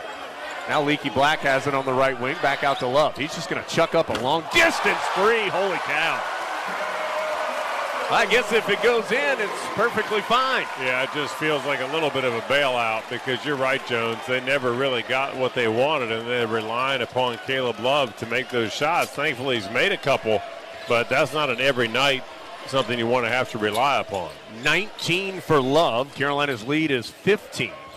As Leaky Black breaks up a handoff pass, Bacop able to scoop it up. Bacop 2-on-1. He tried to go all the way to the rim. Lost it. Garcia comes up with the loose ball. Everybody's falling all over the place as there's a whistle and a foul on Elon. R.J. Davis and Garcia had both ended up on the deck when all that was said and done. And Garcia will go to the line for two shots. There was a foul by Hunter Woods in that big fight, his third, and it will put Garcia there for two shots. Anthony Harris going to check in for Carolina after a quality first half for him. He'll do so after this first free throw. Also, Burford, the guard for Elon's going to return too, but Garcia will have a free throw first. 12:49 to go. Heels up 15. And Bert Smith won't give Garcia the ball until he gets his shirt completely tucked in. It was hanging out a little bit on the front portion. Garcia had taken just 3 free throws over the last 4 games. He's now 2 of 3 tonight with another one on the way. That also puts him in double figures for the 4th time this year. He becomes the 3rd Tar Heel in double figures. Love with 19.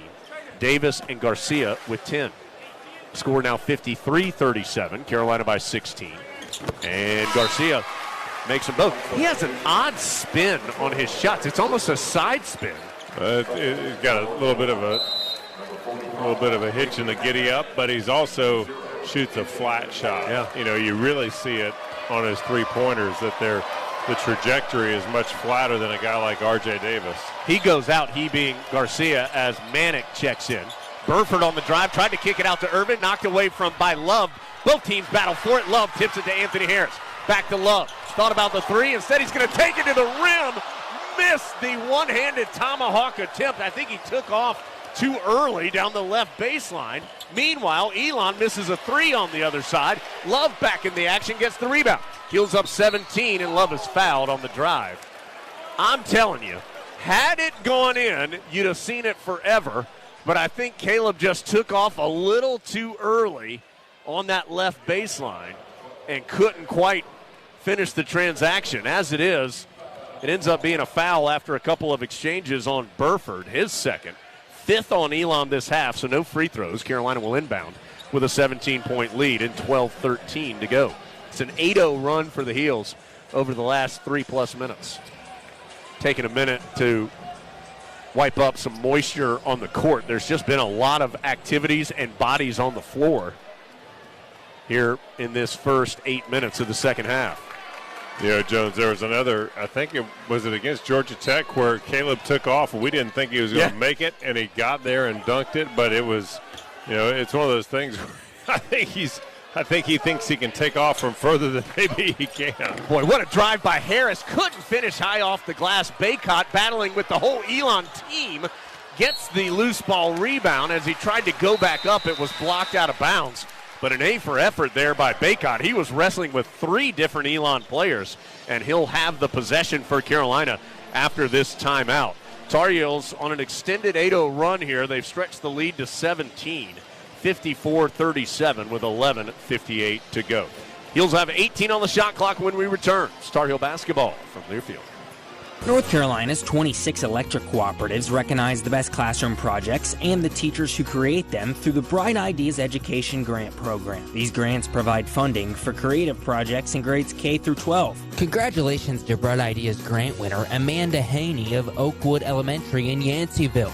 Her project, The Power of Biographies, Providing Mirrors and Opening Windows, is sponsored by Piedmont Electric Cooperative based in Hillsboro. If you're a teacher with a bright idea, visit ncbrightideas.com. This is Carolina basketball from Learfield. At Smith Drugs of Forest City, we are continue to offer the COVID-19 rapid testing and the COVID-19 vaccinations.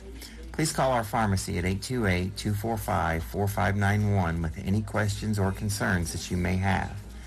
You may also visit our website at smithsdrugsfc.com and schedule your COVID rapid 19 test or your vaccination. Again, if you have any questions, please call our pharmacy at 828-245-4591. It's that time again, time to get the flu vaccines. And Smith's Drugs in Forest City has the flu vaccinations available. Walk-ins Monday through Friday and Saturdays by appointment. And Smith's Drug is asking all their Dream Station and System 1 CPAP customers to call if you need any help with registering your recalled devices. Just call the Home Medical Department for any help or with questions at 828-245-4591. And Smith's Drugs has the Moderna and Pfizer initial shots and the boosters. They also have the flu vaccines, and November is Diabetes Month. Get 10% off diabetic socks for the month of November at Smith's Drugs of Forest City. Carolina basketball. I tell you, Carolina still has a fair amount of games for the Christmas holiday. Here tonight, and where they lead it, 54-37 with 11:58 to go. Back here on Tuesday against Furman, who, by the way, is not bad. Furman, solid team. They've won at Louisville earlier in the season. Just beat Appalachian last night. So Furman's going to come in. Pretty good team. I think they're 7-2, 7-3 maybe early in the year.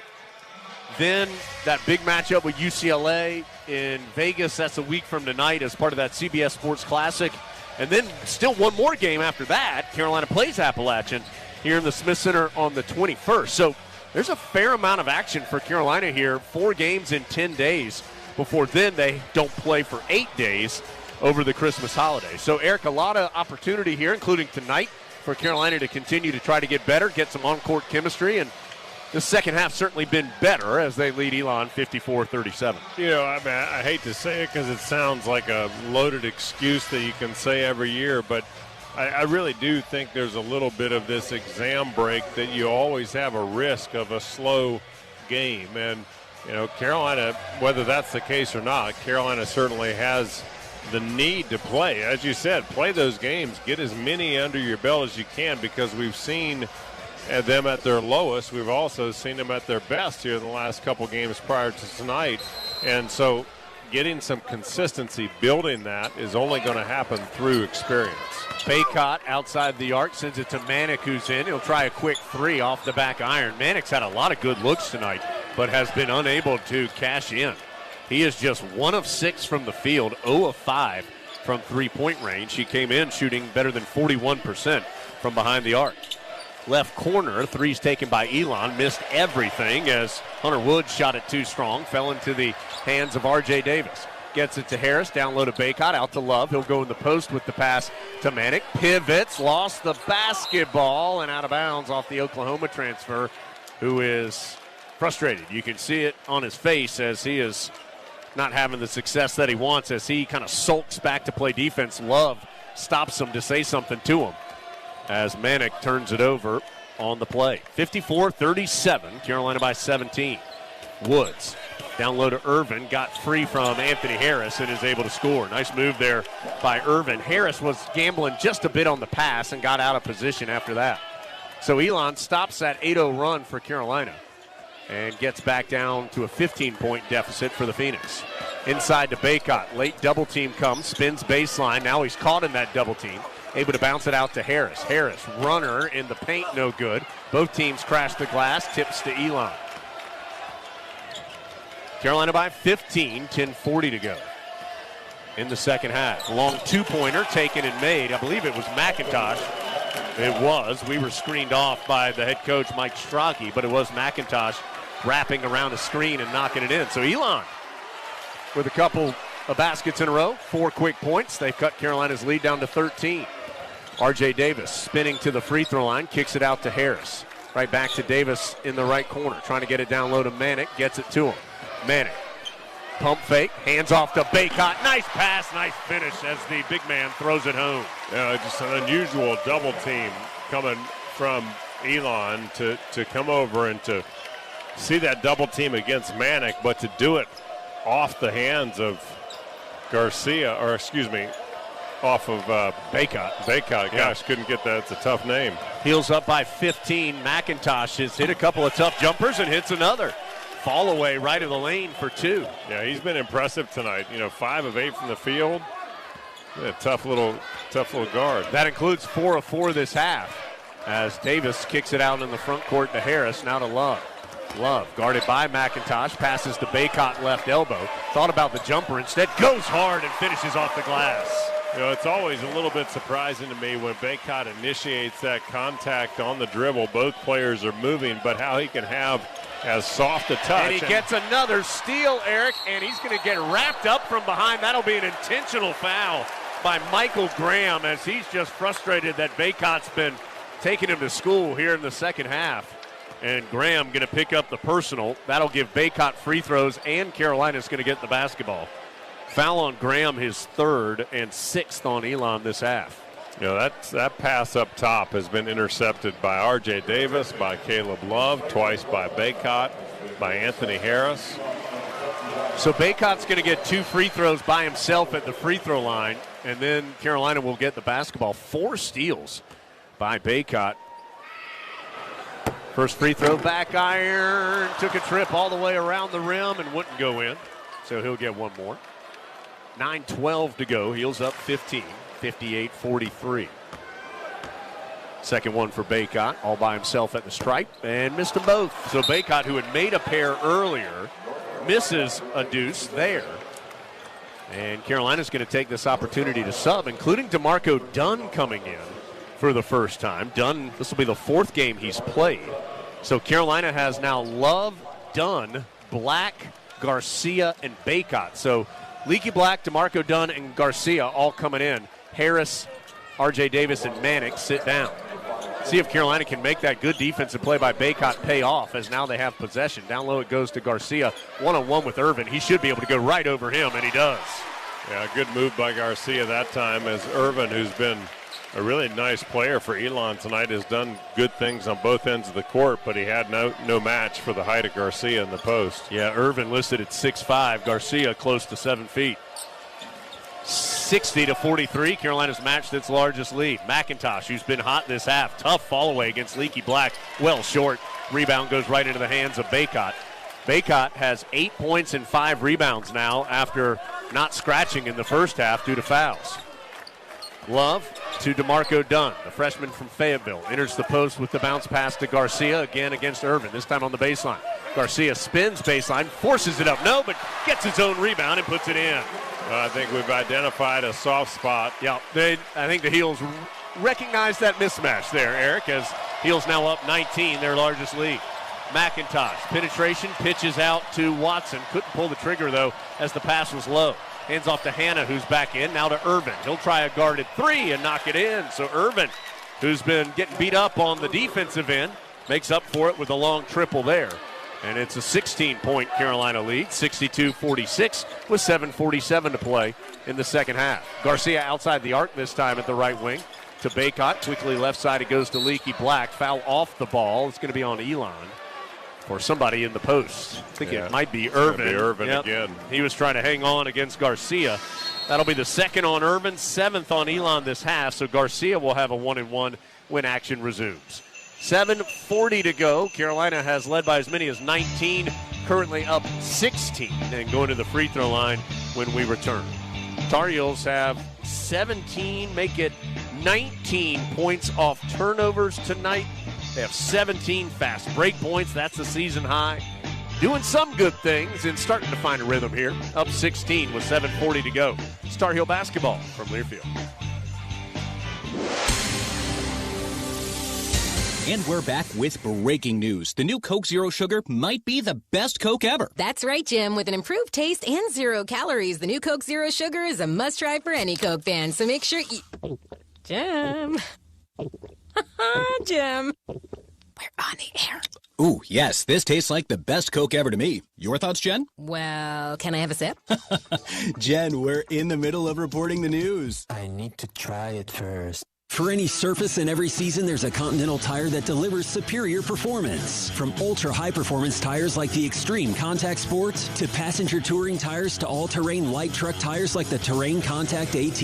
Continental has a tire that gives you confidence no matter the road conditions. Whether you're looking for summer, all-season, or winter tires, Continental Tire has something to fit your needs. Visit ContinentalTire.com to find your ideal tire. Continental Tire, a proud partner of Carolina Athletics. Catches it, a spin move, drop step to the baseline. Two-handed jam. Steps back for three. Nailed it from way downtown. Drives the lane. Kaboom! Count it! And gets the foul. Are you kidding me? Keep the excitement of game day going in a Nissan. With game-changing tech that makes every drive as exciting as a game-winning buzzer beater. Get to Nissan, proud partner of Carolina Athletics.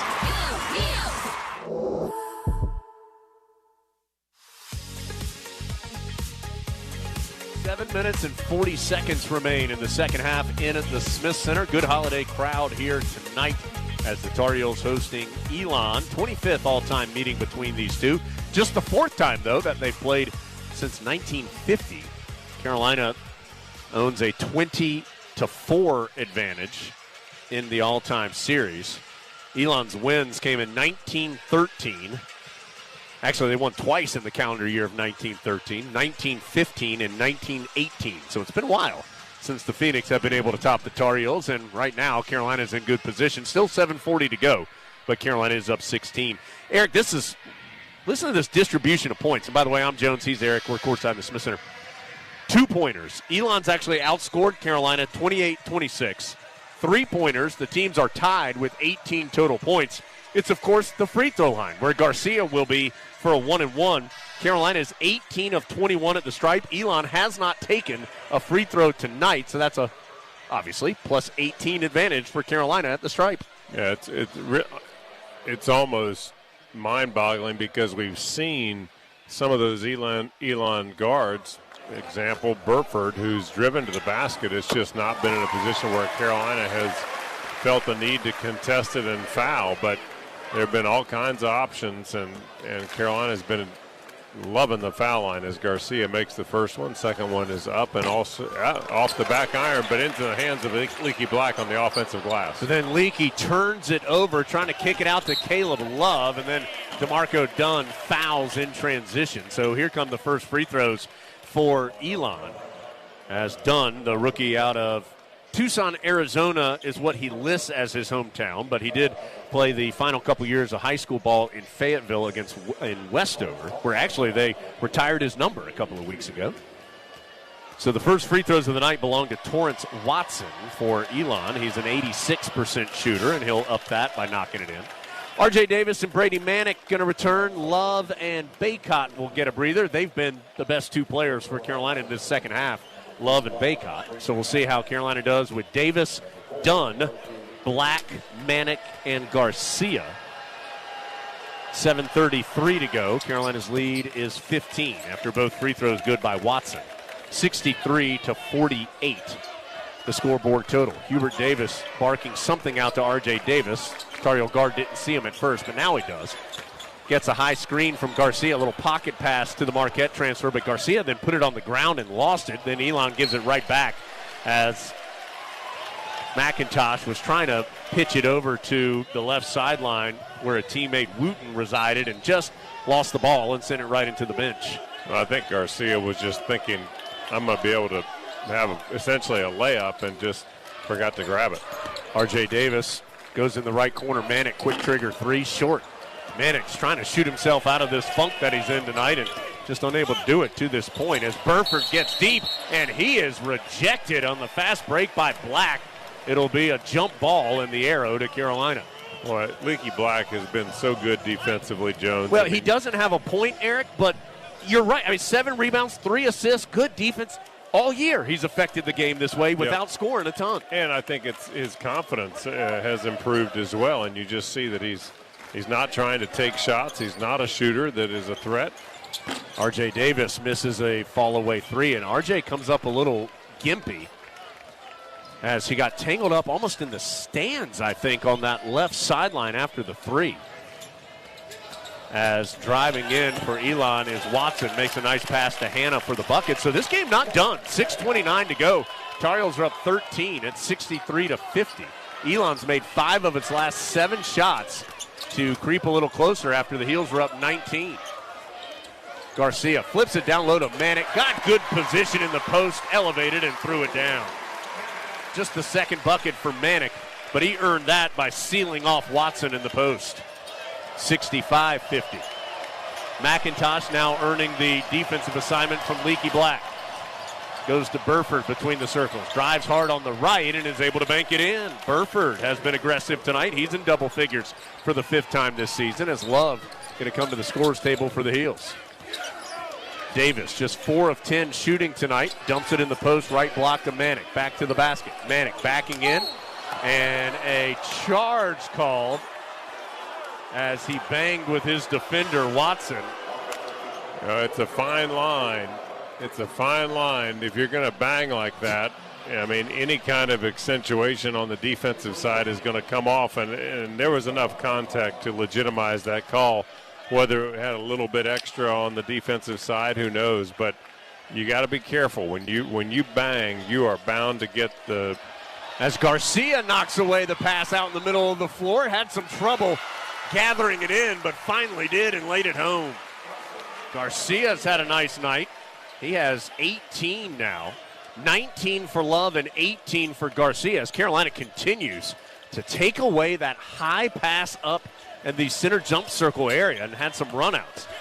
Dunn trying to defend Burford on the drive right of the lane, and Burford going to get fouled. Actually, it was Garcia who picks up the foul, rotating over to help after Dunn had allowed Burford to get by him. And so now free throws on the way for Burford. With 5:08 to go, Tar Heels up 15. Again, they've led by as many as 19 at 62-43. 10 steals tonight for Carolina. Bacop with 4 as Burford misses the free throw. 2 by Love, 2 by Davis. Garcia has 1 as well. Manick going to check out. He's had a tough night. Just 2 of 8 from the floor, 0 of 6 from 3. Bacot re-enters. Dunn remains in with Love, Black, Garcia, and Bacot. Second free throw rattles home for Burford. So Elon hanging around, 67-53, as now the Phoenix going to show a stretched out zone against the Heels. We saw some of this from Georgia Tech against Carolina as Love flips it in the right corner to Black against the zone look. Now to Love, long skip pass to Dunn on the left wing. The freshman goes back to Love. Feet set, long three, nothing but net. My goodness. I mean, the range that Love has, I mean, it looks no different whether it's a 15-footer or a 27-footer, but he has got some range, and that's a zone buster if I've ever seen one. Assist by Dunn as Love now with 22. Hannah can't answer the three. Garcia with the rebound. Hands off to Love, who will come front side. Carolina by 17 with 4:23 to go. Love now with 20 or more points. That is the 4th time this year that he's done it. He did it just twice all of last season. Garcia, a wild pass into the post. He was staring down Bacot, tried to send him the pass from outside the arc, and it was nowhere close to the intended target, out of bounds to Elon. That was like when the quarterback just has it, you know, he's got a receiver there 8 yards in front, and he sails it about 5 yards over his head. That's what that one looked like. 70-53. Carolina been able to work through some difficulty tonight to the 17-point lead. Pretty good defense there by Dunn. Burford kicks it in the corner, and a three-pointer is made by Chris Wooten. And Elon will take a timeout with 3:53 to go. It'll stretch to a full. So Carolina, again, has led by as many as 19, but it's down to 14, 70-56 with 3:53 to go. We'll take the timeout with the gentleman on the floor. Heels up 14 from Learfield. Dunkin' is here with your holiday helpers. Take on the season with a holiday classic like a peppermint mocha signature latte or a rich and creamy toasted white chocolate signature latte. Bold, smooth Dunkin' espresso and holiday flavors come together. Classic notes of mocha balanced with cooling peppermint or flavors of white chocolate topped with caramel and cinnamon sugar for a touch of holiday magic that will help you seize the season. Sip through the holidays with signature lattes from Dunkin'. America runs on Dunkin'. Price and participation may vary. Limited time offer. Exclusions apply.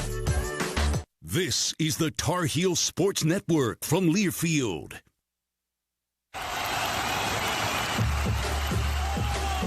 Hey, Tar Heel fans, get ready for a winning season with a John Deere tractor package from Quality Equipment. You can't afford to lose on your home court, so we'll help you get the right package to win on your property and for the right price. One dribble, goes back up and scores. So get quality done right before every UNC basketball tip-off and visit QualityEquip.com.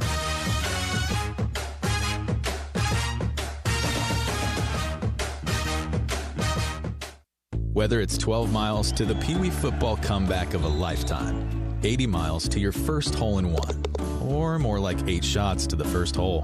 Whether it's 240 back road miles to sleeping under the stars, or just a few blocks to the grocery store, Marathon has the fuel to keep your engine running at peak performance. Because you never know where life is going to take you. For quality fuel through every mile, fill up at Marathon.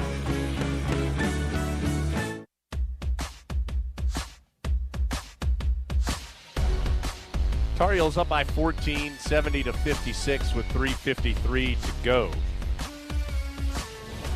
Caleb Love leading the scoring for the Tar Heels. Let's take a look. By the way, that score was on the North Carolina Farm Bureau scoreboard, brought to you by the North Carolina Farm Bureau, and the Farm Bureau Insurance, helping you is what they do best. Let's take a look at some stats presented by the Campaign for Carolina, creating opportunities for more Tar Heels. Caleb Love, 22 points. That matches his season high. It is the 4th time that he's had 22 points in a game this season. And I mentioned a moment ago, he had 20 or more points twice last year, already 4 times in 9 games now this season. He entered as Carolina's leading scorer and will continue to be that after tonight. He is joined in double figures this evening by Dawson Garcia with 18. Garcia has 6 rebounds as well. 10 points for R.J. Davis. Davis has 4 rebounds and 2 steals, but no assists tonight for R.J. Davis. Carolina shooting better this half, 12 of 23, 52% after a season low, 29% in the first half. Elon, meanwhile, led by 13 Hunter McIntosh points, 10 of those coming in the second half, 11 for Darius Burford as well. Phoenix still shooting well, 44% for the ball game. So Carolina up by 14, 3:53 to go. Timeouts, Heels have 3, Elon has 1. Fouls, Carolina's been whistled for 5, Elon 7. Possession arrow belongs to the Phoenix. Full court pressure that Love immediately beats with a pass to Walton, who's in the game. He gets it to Leaky Black, back to Walton, and now Carolina will set up in the half court. 70-56 with 3:40 to go. We'll set the 5 for you in just a second as Love has it left wing to Black on the right side. Floats a pass in the paint to Bacop. Double team comes, dribbles away from it, finds a cutting Leaky Black, and he's fouled as he elevates to the rim. Fouls on Burford, his 3rd. So Black to the line for 2 shots, 5 on the floor. Love, Walton, Black, Garcia, Bacop. Leaky Black looking for his first points tonight, but don't think he hasn't been effective. 8 rebounds, 3 assists, and some high-quality defense per usual. Yeah, I love the fact that he's diving to the rim on that double team. And Bacot finally turned over his shoulder and looked back at the basket, and there's Leaky. And it's almost like that's designed to work. 20 for 24 now from the free throw line, Carolina, after Black hits the first. Second one's up and good as well. Made them both. He is the 7th different Tar Heel to attempt a free throw tonight. 72-56, 3:25 to go. Burford around a hard screen. Nice little pocket pass to Hanna, and he's able to finish off the glass left side. 72-58. Give Elon credit. They have hung around all night long. Carolina has not looked as crisp as it has most recently as Love drives in and slips, loses the ball. He is okay, it appears. But Elon does have it and misses a 3-pointer. Black tips the rebound off the glass to Bacop, and he's fouled. Taking a look at Caleb Love, he is kind of holding his groin area as he almost did the splits as he drove into the paint and had his right leg just slip out from underneath him. But he is walking a little slowly, but gives a thumbs up to the Tar Heel bench and says he's all right. So Bacop to the line. That foul was the 9th on Elon, so this will be a 1-1. The foul was on Burford, his 4th. So 1-1 for Bacop, who made a pair and then missed a pair. This is a 1-1. 2:56 to go. Carolina up 14.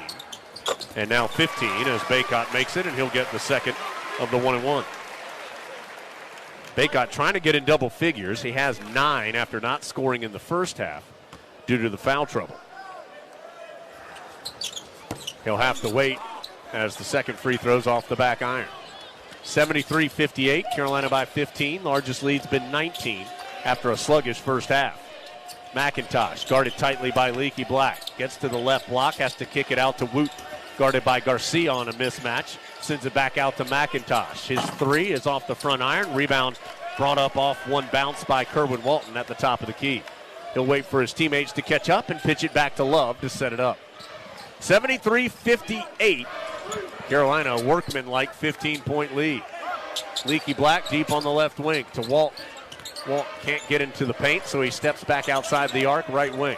Up high to a former AAU teammate, Dawson Garcia, who's fouled on the drive. He'll have 2 shots coming as the foul is on Chris Wooten, his first. And Garcia back to the line where he has made 4 of 6 tonight. Garcia with 18. He's trying, if he can make both of these, he'll have 20 or more for the second time this year. Had those 26 points against Purdue. Makes the first. With Love having 22, that means Carolina's had at least one player with 20 or more points in every game thus far this season. They might have another one if Garcia, Eric, makes the free throw, which he does. Yeah, and they've got so many guys that have that potential to score at that rate, which has been part of why they've had such good offensive outputs, at least percentage-wise, because it seems like somebody is always on. It's the 4th time this year that the Heels have had 2 or more players with 20-plus. As driving in, Watson is stripped, but he's going to earn a foul call on Kerwin Walton, who was digging down. You know, you mentioned this in the pregame, Eric, that foul on Walton, his first, but it is a shooting foul, so Watson will have shots. Carolina would like to get Walton going. You know, he played just 8 minutes and did not attempt a shot against Georgia Tech. Hasn't played a ton tonight either. He's taken just 1 shot, has 2 rebounds, 2 assists. But, of course, Kerwin had such a great year a year ago, shot better than 40%. That was not a shooting foul. It was a 1-and-1, and it was missed. Black had the rebound, but knocked out of his hands to Burford, who misses the up and under. But a foul called on Leaky Black, so that'll be his first. And now, for sure, 2 shots coming for Burford. But, Eric, Carolina, I know, would like to figure out a way to get Walton going, and not just shooting, but just more involved in total, and still searching for the right button to press. Well, I think that a lot of it is that there's so many changes, and for Kerwin, as a sophomore, I think that he's had a fair amount of them as Burford's first free throw goes in. But coming in, you've got so many more options this year. Last year, he was Carolina's consistent offensive threat, so you were always looking. You felt like you were always, the rhythm was always yours. As Watson's down, looks like he may have. Free throw was missed, Eric, and Watson was battling for the rebound. He may have even possessed it for a second and then lost it over the baseline, was grabbing his hamstring, and he now is up. His left leg has a big sleeve on it, and he is trying to run it off a bit. Carolina will have the ball with 1:52 to go and a 16-point lead. He'll still have regulars out there. Of course, Hubert Davis has shown the willingness to play his main 5 or 6 guys deep into ball games, no matter the margin of the lead, which is currently 16. Walton will come out, but it's R.J. Davis who returns. So Davis, Love, Black, Garcia, and Bacop. Inbounds goes to Davis against a double team, and he immediately turns it over. McIntosh ends up with it with a clean look from 3, which he swishes.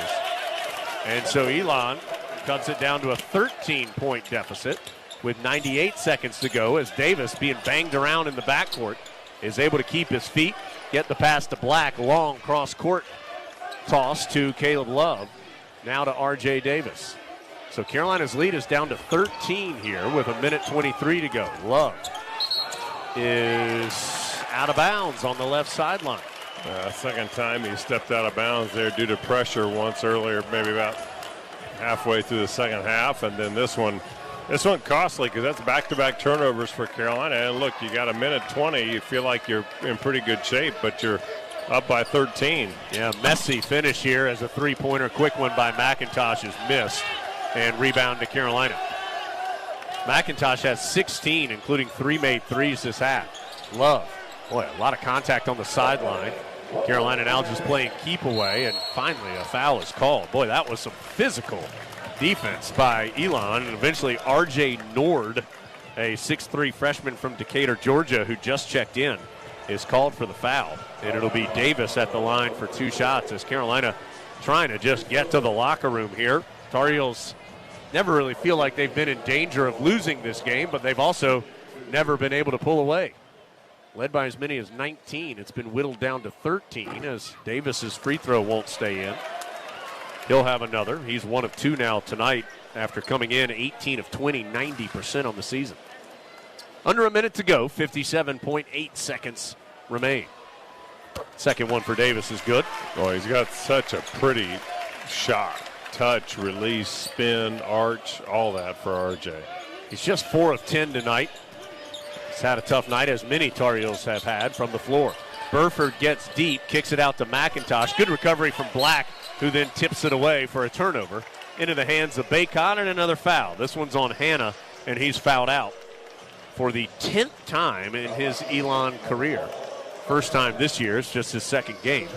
Well, not every night's going to be a great scoring night, field goal percentage night for Carolina, but, I do think that this, after a couple of really positive games, good road win down at Georgia Tech and Atlanta, I think what tonight does is it does expose pretty plainly that Carolina is not done growing. And, of course, that seems painfully obvious to say that at this point in the season, but I think you can get a false sense of confidence as Bacot's free throw is a miss. Yeah, he's 3 of 7 now at the line. He'll try and pull this one back together. So a lot to work on as they go through the next couple of weeks. Garcia gets a nice offensive rebound, and then he's fouled going to the rim. So Bacop missed them both. He had really been, I had mentioned it earlier, had an uptick in his free throws. He had been 8 of his last 10, 12 of his last 16. But just 3 of 8 tonight. Good hustle there, though, by Garcia, and he'll go back to the line. The foul was on Nord, his second. So we're limping to the finish line here between these two. Carolina up 14 as Garcia will try and add to it. Free throw good. We'll break 10-second station identification. Heels up 77-62 on the Tar Heel Sports Network.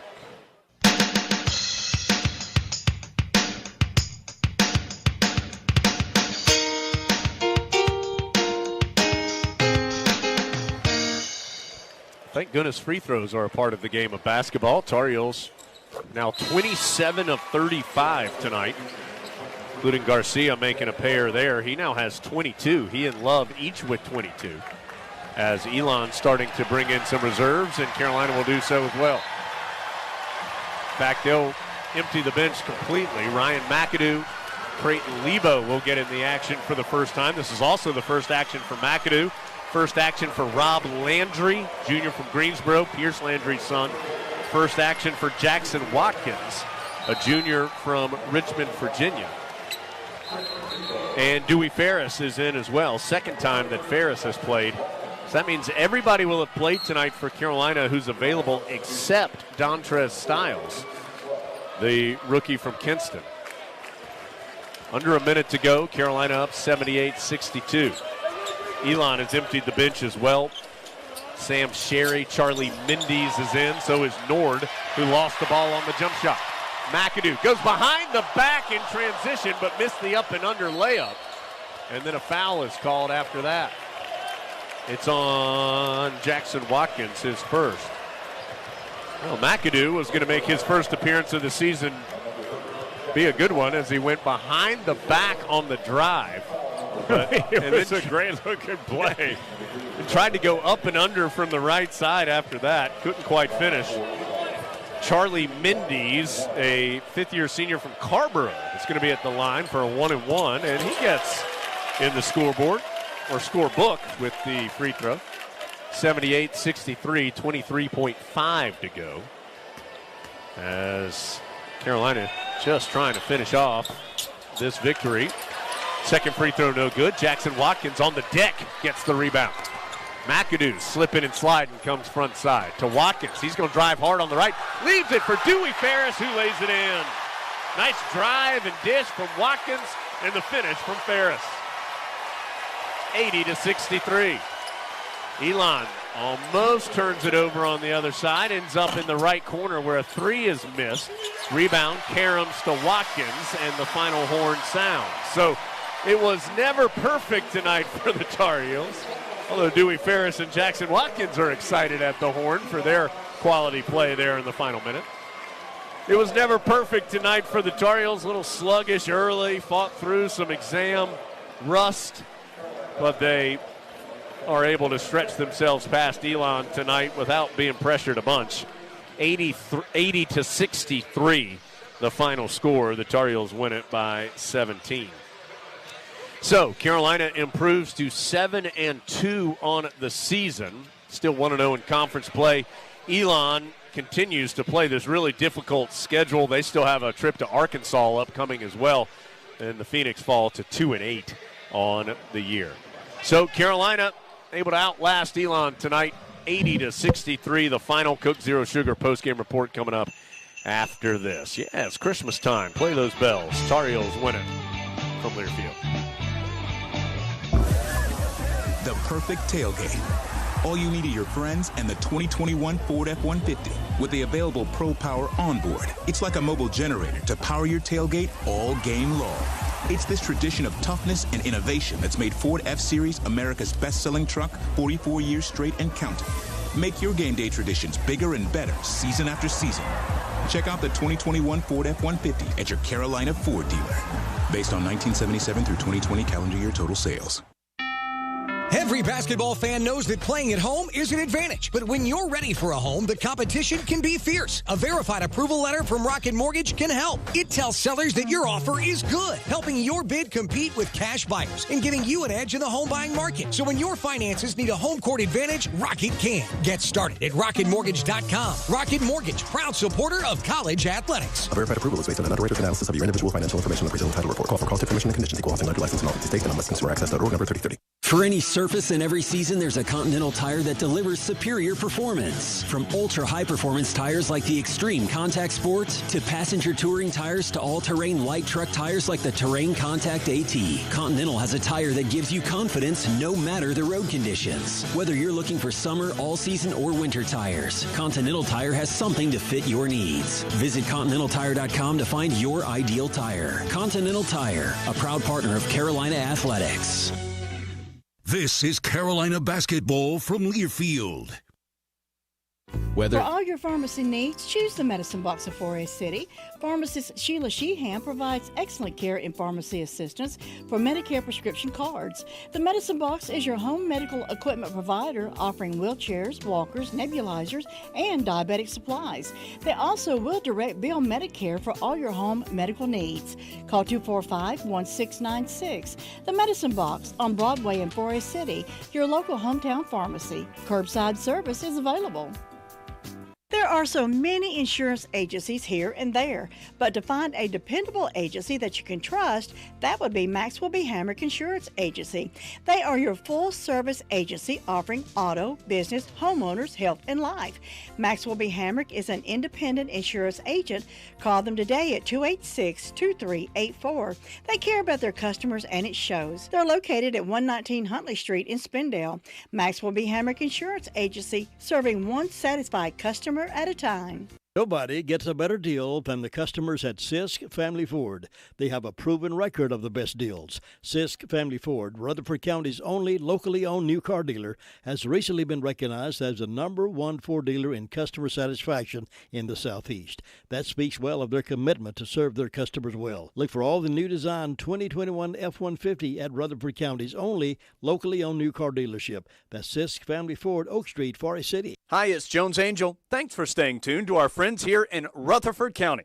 WCAB, Rutherfordton. 80-63. Dave Nathan welcoming you into the Coke Zero Sugar post-game report here from the Smith Center. The Tar Heels get the win and extend now to 7-2 on the year. Winners of 4 in a row. Elon drops to 2-8. Losers of 7 straight. We'll have comments from Coach Davis, stats, highlights, and plenty more over the course of the next 60 minutes. But let's start out first with a look at the North Carolina Farm Bureau scoreboard. Helping you is what they do best. Again, Carolina 80, Elon 63. Elsewhere, Georgetown knocks off Syracuse 79-75. Drake in overtime loses to Clemson. The Tigers 90-80 beat Drake. Boston College comes up short and its bid to defeat St. Louis. The Billikens beat the Eagles 79-68. Notre Dame upsets number 10 Kentucky 66-62. It's LSU 69, Georgia Tech 53, and Wake Forest knocks off USC Upstate 79-53. In the top 25, Alabama and Houston have just gotten underway, and number 4 UCLA leads Marquette 31-10 with about 5 minutes left to play before halftime. Number 8 Kansas knocks off Missouri 102-65. Arizona beats Illinois 83-79. Arkansas falls to Oklahoma 88-66. Tennessee blasts UNC Greensboro 76-36. UConn a 10-point winner over St. Bonaventure 74-64. It's Auburn 99, Nebraska 68. Michigan State pastes Penn State 80-64. Wisconsin falls hard to Ohio State 73-55. And Creighton upends BYU 83-71. Congratulations to Bryce Young from Alabama, this year's Heisman Trophy winner. And Navy beats Army 17-13 in college football. The Tar Heel basketball team beats Elon 80-63. And the Coke Zero Sugar postgame report continues after this from Learfield.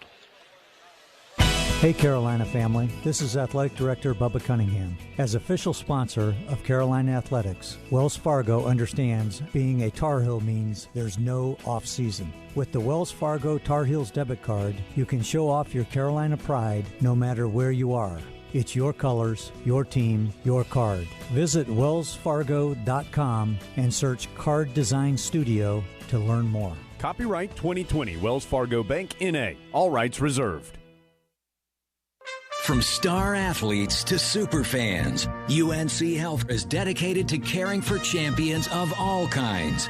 For you, the latest advancements in our greatest expertise are always in play to deliver personalized care with the utmost compassion. It's the kind of care that keeps champions like you and your family in the game when it matters the most. See our lineup at unchealthcare.org/sports. Every day in the U.S., more than 9 people are killed and 1,000 injured in crashes involving a distracted driver. You can't control other motorists, but you can control how you operate your vehicle. Avoid distractions while driving, like texting or checking social media. You can't drive safely unless driving has your full attention. Any non-driving activity you engage in increases your risk of crashing. Brought to you by Trusted Choice Independent Insurance Agents of North Carolina. Learn more at trustedchoice.com/Go Heels. This is Carolina basketball from Learfield. At Smith Drugs of Forest City, we are continue to offer the COVID-19 rapid testing and the COVID-19 vaccinations. Please call our pharmacy at 828-245-4591 with any questions or concerns that you may have. You may also visit our website at smithsdrugsfc.com and schedule your COVID rapid 19 test or your vaccination. Again, if you have any questions, please call our pharmacy at 828-245-4591. It's that time again, time to get the flu vaccines.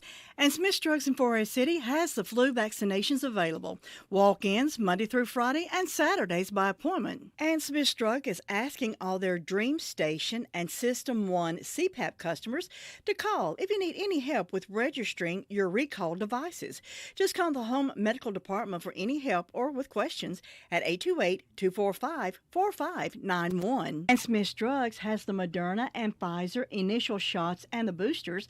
They also have the flu vaccines Scenes, and November is Diabetes Month. Get 10% off diabetic socks for the month of November at Smith's Drugs of Forest City. There are so many insurance agencies here and there, but to find a dependable agency that you can trust, that would be Maxwell B. Hamrick Insurance Agency. They are your full-service agency offering auto, business, homeowners, health, and life. Maxwell B. Hamrick is an independent insurance agent. Call them today at 286-2384. They care about their customers, and it shows. They're located at 119 Huntley Street in Spindale. Maxwell B. Hamrick Insurance Agency, serving one satisfied customer at a time. Friend, a cab, take a bus, or app your ride as Carolina beats Elon 80-63. Dave Nathan back with you here from the Smith Center.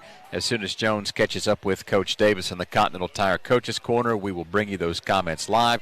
We also expect to hear from Caleb Love a little bit later on in the broadcast. He was big tonight for the Tar Heels in the 17-point win. Love and Garcia both go for 22. Those are game-high honors in the scoring column. The only other Tar Heel in double figures was R.J. Davis with 11. Armando Bacop had 9 to go with 7 rebounds. And how about this? 4 steals for the junior big man for Carolina. Other Tar Heels in the scoring column, Leaky Black with 2. He had 8 rebounds, though that led the way for the Tar Heels. 6 points for Anthony Harris. He got all 6 at the free throw line. Brady Manick has 4 points and 4 rebounds. Justin McCoy with 2 points off the bench. And Dewey Ferris in late with some other Tar Heel reserves also gets a bucket to make this an 80-63 final. The Tar Heels shoot 23 of 59 from the floor. That's only 39% for Carolina. 7 of 23 from three-point land, but 27 of 35 at the stripe. Carolina made a living at the free throw line and also did well on the glass, out-rebounding Elon 48-24. The Tar Heels with 15 rebounds on the offensive end. 11 assists on those 23 made baskets. That's a little lower than what the Tar Heels have become accustomed to over this winning streak, but still, the Heels win by 17 tonight over Elon. 12 steals, by the way, for Carolina as well.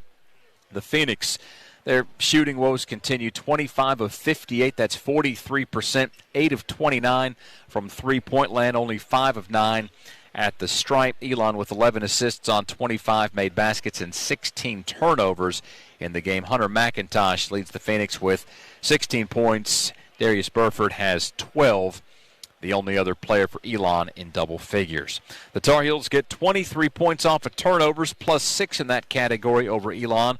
The Tar Heels 30-26 outscore Elon in the paint. And how about this one? 17-3 on second chance opportunities and 19-4 on fast break points. Carolina led by 8 at the half and outscores Elon 43-34 in the second 20 minutes to win 80-63.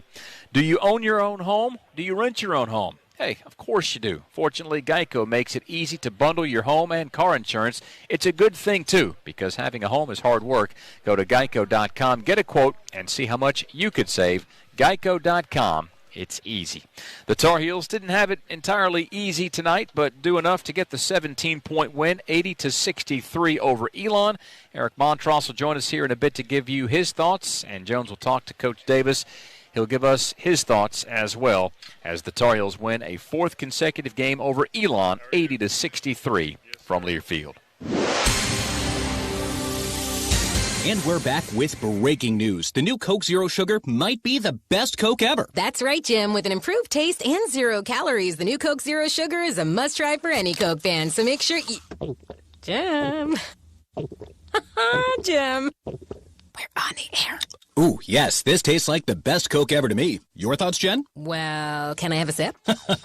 Jen, we're in the middle of reporting the news. I need to try it first. If you want the nation's best auto insurer, look no further than North Carolina Farm Bureau Insurance. Rated #1 in Crash Network's Insurer Report Card. We're the only insurer in the nation to receive an A+ rating from auto body shops in 2020 and 2021.